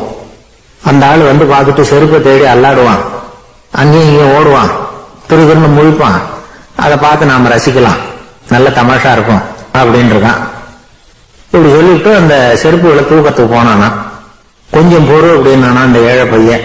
ஏன்னு கேட்டிருக்கான் அவன். இப்போ அந்த ஏழை பையன் சொன்னானா, நீ சொல்றது ஒன்றும் வேடிக்கை கிடையாது. உன்னோட செருப்பு தொலைஞ்சா உன் அப்பா உடனே உனக்கு வேற செருப்பு வாங்கி கொடுத்துருவார். ஆனா அந்த ஆளுக்கு இந்த செருப்பு தொலைஞ்சதுன்னா வேற புதுசா வாங்கறதுக்கு வாயையும் வயத்தையும் கட்டி பணத்தை சேர்க்க வேண்டியிருக்கும். அதனால நான் ஒரு வேடிக்கை சொல்றேன், அது மாதிரி செய், அது இன்னமும் தமாஷா இருக்கும் அப்படின்னு நானா. எப்படி அது சொல்லுன்னு இருக்கான் அவன். செருப்பு 2ம் அது இருக்கிற இடத்துல இருக்கட்டும். உன் சட்ட பையிலிருந்து ஒரே ஒரு ₹1 நாணயத்தை விடு. அதை அந்த செருப்பு மேல அதோட குதிகால் பகுதியில வச்சுட்டு நாம 2 பேரும் அந்த மரத்துக்கு பின்னாடி ஓடி போய் மறைஞ்சு நின்னுக்குவோம். அப்புறம் பாரு வேடிக்கைய அப்படின்னா. அதே மாதிரி ₹1 காசு செருப்பு மேல வச்சுட்டு இவங்க 2 பேரும் மறைஞ்சு நின்னுக்கிட்டாங்க. கொஞ்ச நேரத்துல அந்த விவசாயி வந்தார். காலில் உள்ள மண்ணை தட்டிட்டு செருப்பு மாற்றத்துக்காக போனார். அங்கிருந்த காசு கண்ணுல போட்டுட்டுது. அவருக்கு ஆச்சரியமா போச்சு. அதை கையில எடுத்து பாக்குறார். 4 பக்கமும் திரும்பி திரும்பி பாக்குறார், யார் இதை வச்சிருப்பான்னு. கடைசியில ஆகாயத்தை பாக்குறார். ஆண்டவா, இது உன்னோட கருணை தான். நீதான் யாரோ புண்ணியவான் மனசுல தர்மம் பண்ற எண்ணத்தை உண்டாக்கி இருக்கிற. அந்த புண்ணியவான் நல்லா இருக்கணும் அப்படின்னு வாழ்த்தி அந்த காசை கண்ணுல ஒத்திக்கிட்டாராம். மறைஞ்சிருந்து பார்த்துக்கிட்டு இருந்த ஏழை பையன் இப்படி சொன்னான், பாத்தியா, உன்னை புண்ணியவான்னு வாழ்த்திக்கிட்டு போறார் அந்த ஆள். அவருக்கும் சந்தோஷம், அதை பார்த்து நமக்கும் சந்தோஷம். உனக்கு ₹1 ஒரு பெரிய விஷயம் இல்லை, ஆனா அதனால நமக்கு கிடைச்சிருக்கிற மகிழ்ச்சி ரொம்ப உயர்வானது அப்படின்னு நானா. வேடிக்கையும் கிண்டலும் இது மாதிரி அடுத்தவங்களுக்கு இடைஞ்சலா இல்லாம இருக்கணும் அப்படிங்கிறார் கலைவாணன். ஆனா பாருங்க, அவருக்கே இடைஞ்சலா வர்ற விஷயங்களை கூட அவர் வேடிக்கையா தான் எடுத்துக்கிட்டாராம். ஒரு தடவை ஒருத்தர் கலைவாணர் கிட்ட வந்து, ஐயா, என் குழந்தை செத்து போச்சு அப்படின்னு சொல்லி அழுதாராம். உடனே இவர் அவருக்கு ₹100 பணத்தை கொடுத்து, இந்தாங்க அடக்கம் செய்யுங்க அப்படின்னு சொல்லி அனுப்பி வச்சாராம். 1 வருஷம் கழிச்சு மறுபடியும் அதே ஆள் வந்திருக்கார். இவர் மறந்துருப்பாருங்கிற நினைப்புல, அண்ணே, என் குழந்தை இறந்து போச்சுண்ணே அப்படின்னாராம். இவர் மறுபடியும் ₹100 கொடுத்து ஆறுதல் சொல்லி அனுப்பி வச்சாராம். 7-8 மாசம் கழிச்சு மறுபடியும் அதே ஆள் வந்திருக்கார். அவர் வாயை திறக்கிறதுக்கு முன்னாடியே இவர் ₹100 அவர் கையில வச்சு, போன 2 தடவை தான் குழந்தை செத்து போச்சு, இந்த தடவையாவது அதை சாகாம காப்பாத்தி விடு அப்படின்னு சொல்லி அனுப்பி வச்சாராம். அதுக்கப்புறம் அந்த ஆள் வர்றவே இல்லையா. எனக்கு தெரிஞ்ச ஒருத்தர் இருக்கார். அவரு ஒரு பெரிய காவல்துறை அதிகாரி, ரொம்ப கண்டிப்பானவர். அவரை கண்டாவே எல்லாரும் பயப்படுவாங்க. அப்படிப்பட்டவர் வீட்டுக்கு போனா அப்படியே அடியோட மாறிடுவார். அங்க போய் பாத்தீங்கன்னா குழந்தைகளோட குழந்தையா அவர் விளையாடிட்டு இருப்பார். அலுவலக சமயத்துல பாத்தீங்கன்னா குதிரை முதுகுல அவர் உட்கார்ந்துருப்பார். வீட்டுல பாத்தீங்கன்னா அவரு முதுகுல குழந்தை உட்கார்ந்துருக்கும். அவரு குதிரை மாதிரி போயிட்டு இருப்பார். இது எப்படிங்க முடியுது உங்களால அப்படின்னு கேட்டாங்க. அது ஒண்ணுமில்ல, இங்க வீட்டுக்கு வந்த உடனே என்னோட மனசை தனியா எடுத்து வச்சிருவேன் அப்படின்னார்.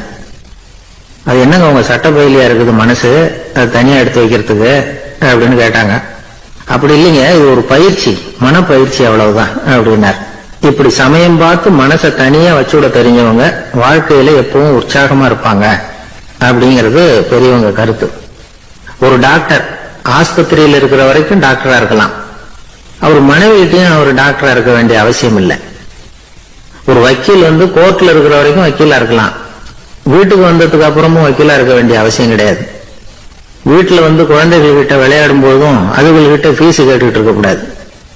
நாம எப்படி இருக்கணும்னு பெரியவங்க சொல்றாங்கன்னா, மனசோட சேரக்கூடாதான். அப்படி சேராம வாழ்க்கையை கவனிக்கணுமா. மனசை அப்படியே தனியா எடுத்து பக்கத்துல வச்சுடணும். அப்படின்னா அது அப்படியே தூக்கி எறிஞ்சுடு அப்படின்னு அர்த்தம் இல்லை.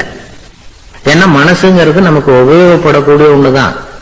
எப்ப எப்போ அது தேவையோ அப்பப்போ எடுத்து உபயோகப்படுத்திக்கணும். தேவைப்படுறப்போ எடுத்து கண்ணாடி மாட்டிக்கிறோம்ல, படிக்கும்போது கண்ணாடி தேவைப்படுது, எடுத்து மாட்டிக்கிறோம் இல்லையா, அது மாதிரி கணக்கு போடுறதுக்கு மனசு தேவை. கடைக்கு போய் ஒரு பொருள் வாங்குறோம், காசு கொடுக்குறோம், மீதி சில்லறை சரியா இருக்கா அப்படின்னு எண்ணி பார்த்து வாங்க வேண்டியிருக்கு. அந்த சமயத்துல மனசை எடுத்து தனியா வச்சுட்டேன் அப்படின்னு சொல்லிட்டு இருக்க கூடாது. பரீட்சைக்கு படிக்க வேண்டியிருக்குது, படிச்சதையெல்லாம் அப்படியே நினைவுல வச்சுக்க வேண்டியிருக்கு, அந்த சமயத்துல மனசை தூக்கி எறிஞ்சுட்டேன் சார் அப்படின்னு சொல்லிட்டு இருக்க கூடாது. அப்படி சொன்னா பரீட்சை நம்மளை தூக்கி எறிஞ்சிடும். அதனால தேவைப்படுறப்போ மனசை உபயோகப்படுத்தணும், தேவையில்லாதப்போ அதை தனியா ஓய்வு எடுத்துக்க விட்டுடணும். இப்படி நாம பழக்கப்படுத்திக்கிட்டா வாழ்க்கைங்கிறது நமக்கு புதுசா தெரியுமா. மனசுக்கும் ஒரு சக்தி கிடைக்கும்.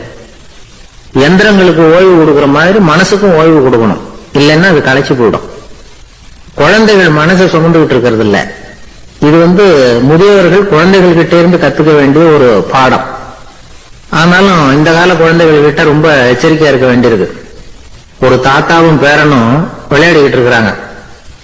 தாத்தா எனக்கு சைக்கிள் ஓட்ட கத்து கொடு அப்படிங்கிறான் பேரன். சைக்கிள் உயரம் கூட இல்ல, அதுக்குள்ள சைக்கிள் ஓட்டணுமா அப்படின்னாரு தாத்தா. ஏன் தாத்தா, ரயில் ஓட்டுறாரு, அவர் என்ன ரயில் நீளமா இருக்கார் அப்படின்னு கேட்டானா அந்த பையன்.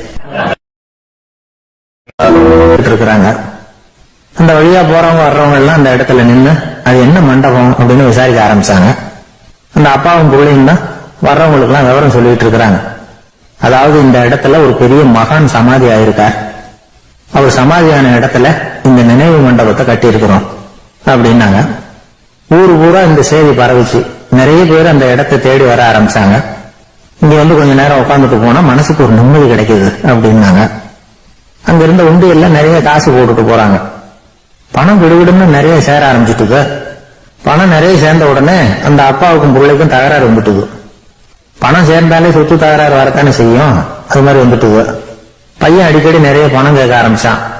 அப்பா பார்த்தார், யோசனை பண்ணார், ஒரு முடிவுக்கு வந்தார். ஒரு நாள் பையனை கூப்பிட்டார், இத பாருப்பா, நமக்குள்ள தகராறு வேணாம், அப்பாவும் பிள்ளையும் இப்படி சண்டை போட்டுக்கிட்டா பாக்குறவங்க தப்பா நினைப்பாங்க, அதனால நமக்குள்ள சமரசமா இதை தீர்த்துக்குவோம், என்ன சொல்ற அப்படின்னார் அப்பா. சரி நான் பையன். உடனே அந்த அப்பா என்ன பண்ணாரு தெரியுமா, மகன் கிட்ட கொஞ்சம் பணத்தை கொடுத்தார், தன்கிட்ட இருந்த ஒரு கழுதையையும் கொடுத்தார். இதை வச்சு நீ பொழைச்சுக்கோ அப்படின்னு சொல்லி அனுப்பி வச்சுட்டார். மகன் அந்த கழுதையை எடுத்துக்கிட்டு அடுத்த ஊருக்கு போனான். வழியிலேயே அந்த கழுதை செத்து போச்சு. உடனே என்ன பண்ணலாம்னு யோசனை பண்ணான். ஒரு ஐடியா வந்தது. அந்த கழுதைய ஒரு சாலை ஓரமா புதைச்சான். கையில் இருந்த பணத்தை வச்சு அந்த இடத்துல ஒரு கல் மண்டபம் கட்டினான். அந்த வழியா 2 பேர் வந்தாங்க. இது என்ன மண்டபம்னு விசாரிச்சாங்க. இந்த இடத்துல ஒரு பெரிய மகான் சமாதி ஆயிருக்கிறார் அப்படின்னா. இந்த செய்தி ஊர் பூரா பரவ ஆரம்பிச்சுட்டு நிறைய பேர் வந்து போக ஆரம்பிச்சாங்க. இங்க வந்தா மனசுக்கு ஒரு பெரிய நிம்மதி கிடைக்குது அப்படின்னு வேற சொல்ல ஆரம்பிச்சாங்க. வர வர கூட்டம் அதிகமா வர ஆரம்பிச்சுட்டு உண்டியல்ல பணம் நிறைய சேர்ந்துட்டுது. நகையெல்லாம் கூட கழிட்டு காணிக்கையா போட ஆரம்பிச்சுட்டாங்க. அப்பாவை விட மகன் பெரிய ஆளாயிட்டான். இதை கேள்விப்பட்டார் அப்பா. பையனை பார்த்துட்டு வரலாம்னு ஒரு நாள் புறப்பட்டு வந்தார். பையன் ஓஹோன்னு இருக்கிறான். பங்களா, காரு எல்லாம் வந்துட்டுது. எப்படிடா இந்த அளவுக்கு ஆனே அப்படின்னு விசாரிச்சார். அப்பா, எல்லாம் உங்க ஆசீர்வாதம் தான், நீங்க கொடுத்த மூலதனத்தை வச்சுதான் இவ்வளவும் சம்பாதிச்சேன் அப்படின்னு நான் பையன். அது எப்படிடான்னு விசாரிச்சார். அப்பா, நீங்க ஒரு கழுதை குட்டியும் கொஞ்சம் பணமும் என்கிட்ட கொடுத்து அனுப்பி வச்சுங்க, அதை எடுத்துக்கிட்டு வந்தேன். வர்ற வழியில அந்த கழுதை செத்து போச்சு. உடனே யோசனை பண்ணேன், அந்த கழுதையை இந்த இடத்துல புதைச்சேன், கையில் இருந்த பணத்தை வச்சு மண்டபம் கட்டினேன். மகான் ஒருத்தர் சமாதி ஆயிருக்கார் அப்படின்னு வதந்தியை கிளப்பி விட்டேன். ஜனங்கள்லாம் ஏமாந்து போய் காசை கொண்டாந்து போட ஆரம்பிச்சிட்டாங்க. நான் பொழைச்சிக்கிட்டு இருக்கிறேன் அப்படின்னா, இப்பதான்டா நீ என் புள்ள அப்படின்னு சொல்லி சந்தோஷப்பட்டாரான் அந்த அப்பா. ஏன் அப்படி சொல்றீங்கன்னு கேட்டிருக்கான் பையன். கழுத குட்டியை புதைச்சி மண்டபம் கட்டி இருக்கிற நீ, ஏற்கனவே நம்ம ஊர்ல நாம கட்டி இருக்கிறோமே மண்டபம், அது இந்த கழுதையோட அம்மாவை புதைச்ச இடம். மகான் சமாதி ஆயிருக்காருன்னு நானும் சும்மா கப்சாதான் விட்டுக்கிட்டு இருக்கேன் அப்படின்னாரான் அப்பா. முட்டாள் ஜனங்களை நினைச்சு அந்த 2 பேரும் சத்தம் போட்டு சிரிச்சாங்களாம். மனுஷன் ஏமாத்துறது ரொம்ப சுலபம். என் கூட படிச்ச ஒருத்தன் திடீர்னு ஒரு நாள் எல்லாருக்கும் அருள் வாக்கு சொல்ல ஆரம்பிச்சுட்டான். அவன் ஒரு ஆபீஸ்லயும் வேலை பார்க்கறான். ஆபீஸ்ல உள்ளவங்க எல்லாம் அவங்ககிட்ட வந்து அருள் வாக்கு கேட்கறது வழக்கம். ஒரு நாள் நான் அவன் முன்னாடி போய் உட்காந்து பேசிட்டு இருந்தேன். அப்போ அதே ஆபீஸ்ல வேலை பார்க்கிற ஒருத்தர் அவங்ககிட்ட வந்து, சுவாமி, என் மேஜையில வச்சிருந்த பேனா திடீர்னு காணாம போட்டுது, அது திரும்ப கிடைக்குமா எனக்கு அப்படின்னு கேட்டார். இவன் கண்ணை உருட்டி பார்த்துட்டு, அது உனக்கு கிடைக்காது, புதுசா வேற ஒண்ணு வாங்கிக்கப்போ அப்படின்னா. சரின்னு அவர் போயிட்டார். அவர் போனதுக்கு அப்புறம் நான் மெதுவா இவனை பார்த்து, அது எப்படிடா அது உனக்கு கிடைக்காதுன்னு அவ்வளவு உறுதியா அவர்கிட்ட சொன்னேன் அப்படின்னு கேட்டேன். இவன் மெதுவா என் காது கிட்ட வந்து, அந்த பேனாவை கிளப்புனதே நான் தான் அப்படிங்கிறான். உழைப்பும் நேர்மையும் உயர்வதற்கு வழிகள். அதை விட்டுட்டு உட்கார்ந்த இடத்துல இருந்துகிட்டே உயர போகணும் அப்படின்னு ஆசைப்படக்கூடாது. பல பேர் அப்படிதான் கற்பனை பண்றாங்க. அந்த கற்பனையிலேயே பாதி வாழ்க்கை ஓடி போடுது. உழைப்புங்கிற வழியையும் நேர்மைங்கிற வழியையும் ஒதுக்கிவிட்டு குறுக்கு வழியில ஓட நினைக்கிறவங்க குப்புற விழுந்துடுறாங்க. எந்த தொழிலை நாம செய்தாலும் சரி, அந்த தொழிலுக்குரிய பெருமையை நாம புரிஞ்சுக்கிட்டு அதுல ஈடுபடணும். அப்படி இல்லாம, என்ன சார் பொழப்புது, இந்த தொழிலை மனுஷன் செய்வானா அப்படி புலம்பிக்கிட்டு இந்த தொழிலையே செஞ்சுட்டு இருக்கிறவங்க நம்மள பல பேர் உண்டு. செய்யும் தொழிலே தெய்வம் அப்படின்னு சொல்றாங்கல்ல, அப்படி சொல்றது எதுக்காக? அந்த அளவுக்கு அதுல ஒரு ஈடுபாடு வேணுங்கிறதுக்காகத்தான். ஒரு பெரிய மலைப்பகுதி, அந்த மலை அடிவாரத்துல ஒரு சிற்பி உட்காந்து ஒரு சிலையை வடிச்சுக்கிட்டு இருக்கிறான். கையில ஒரு சின்ன உளிய வச்சுக்கிட்டு ஒரு பெரிய கருங்கல் பாறையை கொஞ்சம் கொஞ்சமா உடைச்சுக்கிட்டு இருக்கான். ஒரு சிற்பத்தை வடிக்கிறதுங்கிறது அவ்வளவு உன்னதமான ஒரு தொழிலா? எல்லாராலையும் முடியுமா அது? அப்படி இருந்தும் அந்த சிற்பிக்கு மன நிறைவில்லை. அவன் நினைக்கிறான், இந்த கடுமையான வெயில்ல உட்கார்ந்து வேலை செய்யறது எவ்வளவு கஷ்டம். நாம ஒரு சிற்பியா இருக்கிறதுனால தானே சூரியன் கடுமையான வெப்ப கதிர்களை நம்ம மேல வீசுறான். நாமளே அந்த சூரியனா இருந்துட்டா இந்த கஷ்டம் இருக்காதே. நம்மளை கஷ்டப்படுத்துறவன் நம்மளோட வலிமை உள்ளவன், அதனால நாம அவனா மாறி விடுறதுதான் நல்லது அப்படின்னு அந்த சிற்பி யோசனை பண்ணான். அவன் எண்ணம் உடனே நிறைவேறிட்டுது. இயற்கைங்கிற மாபெரும் சக்தி அவனை ஒரு சூரியனா மாத்தி விட்டுது. சிற்பி இப்போ ஒரு சூரியனா மாறினான். இனிமே இந்த உலகத்துல நம்மளோட வலிமை உள்ளவன் வேற யாரும் கிடையாது அப்படின்னு நினைக்க ஆரம்பிச்சுட்டான். அவனுக்கு மகிழ்ச்சியா இருந்தது. அந்த மகிழ்ச்சி அதிக நேரம் நீடிக்கல. ஏன்னா கொஞ்ச நேரத்துல ஆகாயத்துல கரிய மழை மேகங்கள் அப்படியே சூழ்ந்து வந்தது. சூழ்ந்து வந்த மேகங்கள் சூரியனை மறைக்க ஆரம்பிச்சது. இப்போ சூரியனா இருந்த அந்த சிற்பி நினைச்சு பாக்குறான், என்ன இது, என்னையே இந்த மேகம் மூடி மறைக்குதுன்னா அது என்னை விட பெரிய ஆளாதான் இருக்கணும். அதனால இனிமே நாம சூரியனா இருக்கக்கூடாது, நாம மேகமா தான் இருக்கணும், அதுதான் கௌரவம் அப்படின்னு நினைக்க ஆரம்பிச்சிட்டான். இப்பவும் பாருங்க, இயற்கை அவனுடைய ஆசையை நிறைவேற்றி வச்சது. சூரியனா இருந்த சிற்பி மேகமா மாறினான். வான வீதியில அப்படியே உல்லாசமா வர ஆரம்பிச்சான். அந்த உல்லாசமும் அதிக நேரம் நீடிக்கல.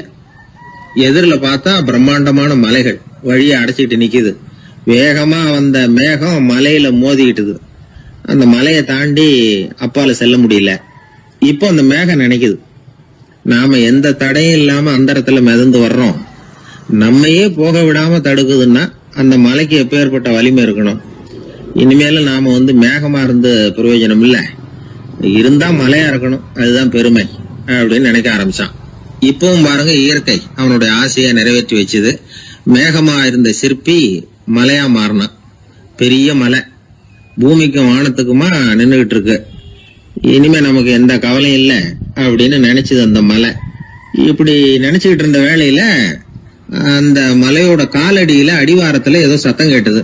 என்ன சத்தம் இது அப்படின்னு சொல்லி அந்த மலை மெதுவா குனிஞ்சு பார்த்துதான். பார்த்தா அங்க ஒரு மனுஷன் தன்னுடைய கையில உளிய வச்சுக்கிட்டு மலையை கொத்திட்டு இருக்கிறான். ஏதோ ஒரு சிற்பத்தை வடிக்கிறதுக்காக அவன் முயற்சி பண்ணிட்டு இருக்கிறான்.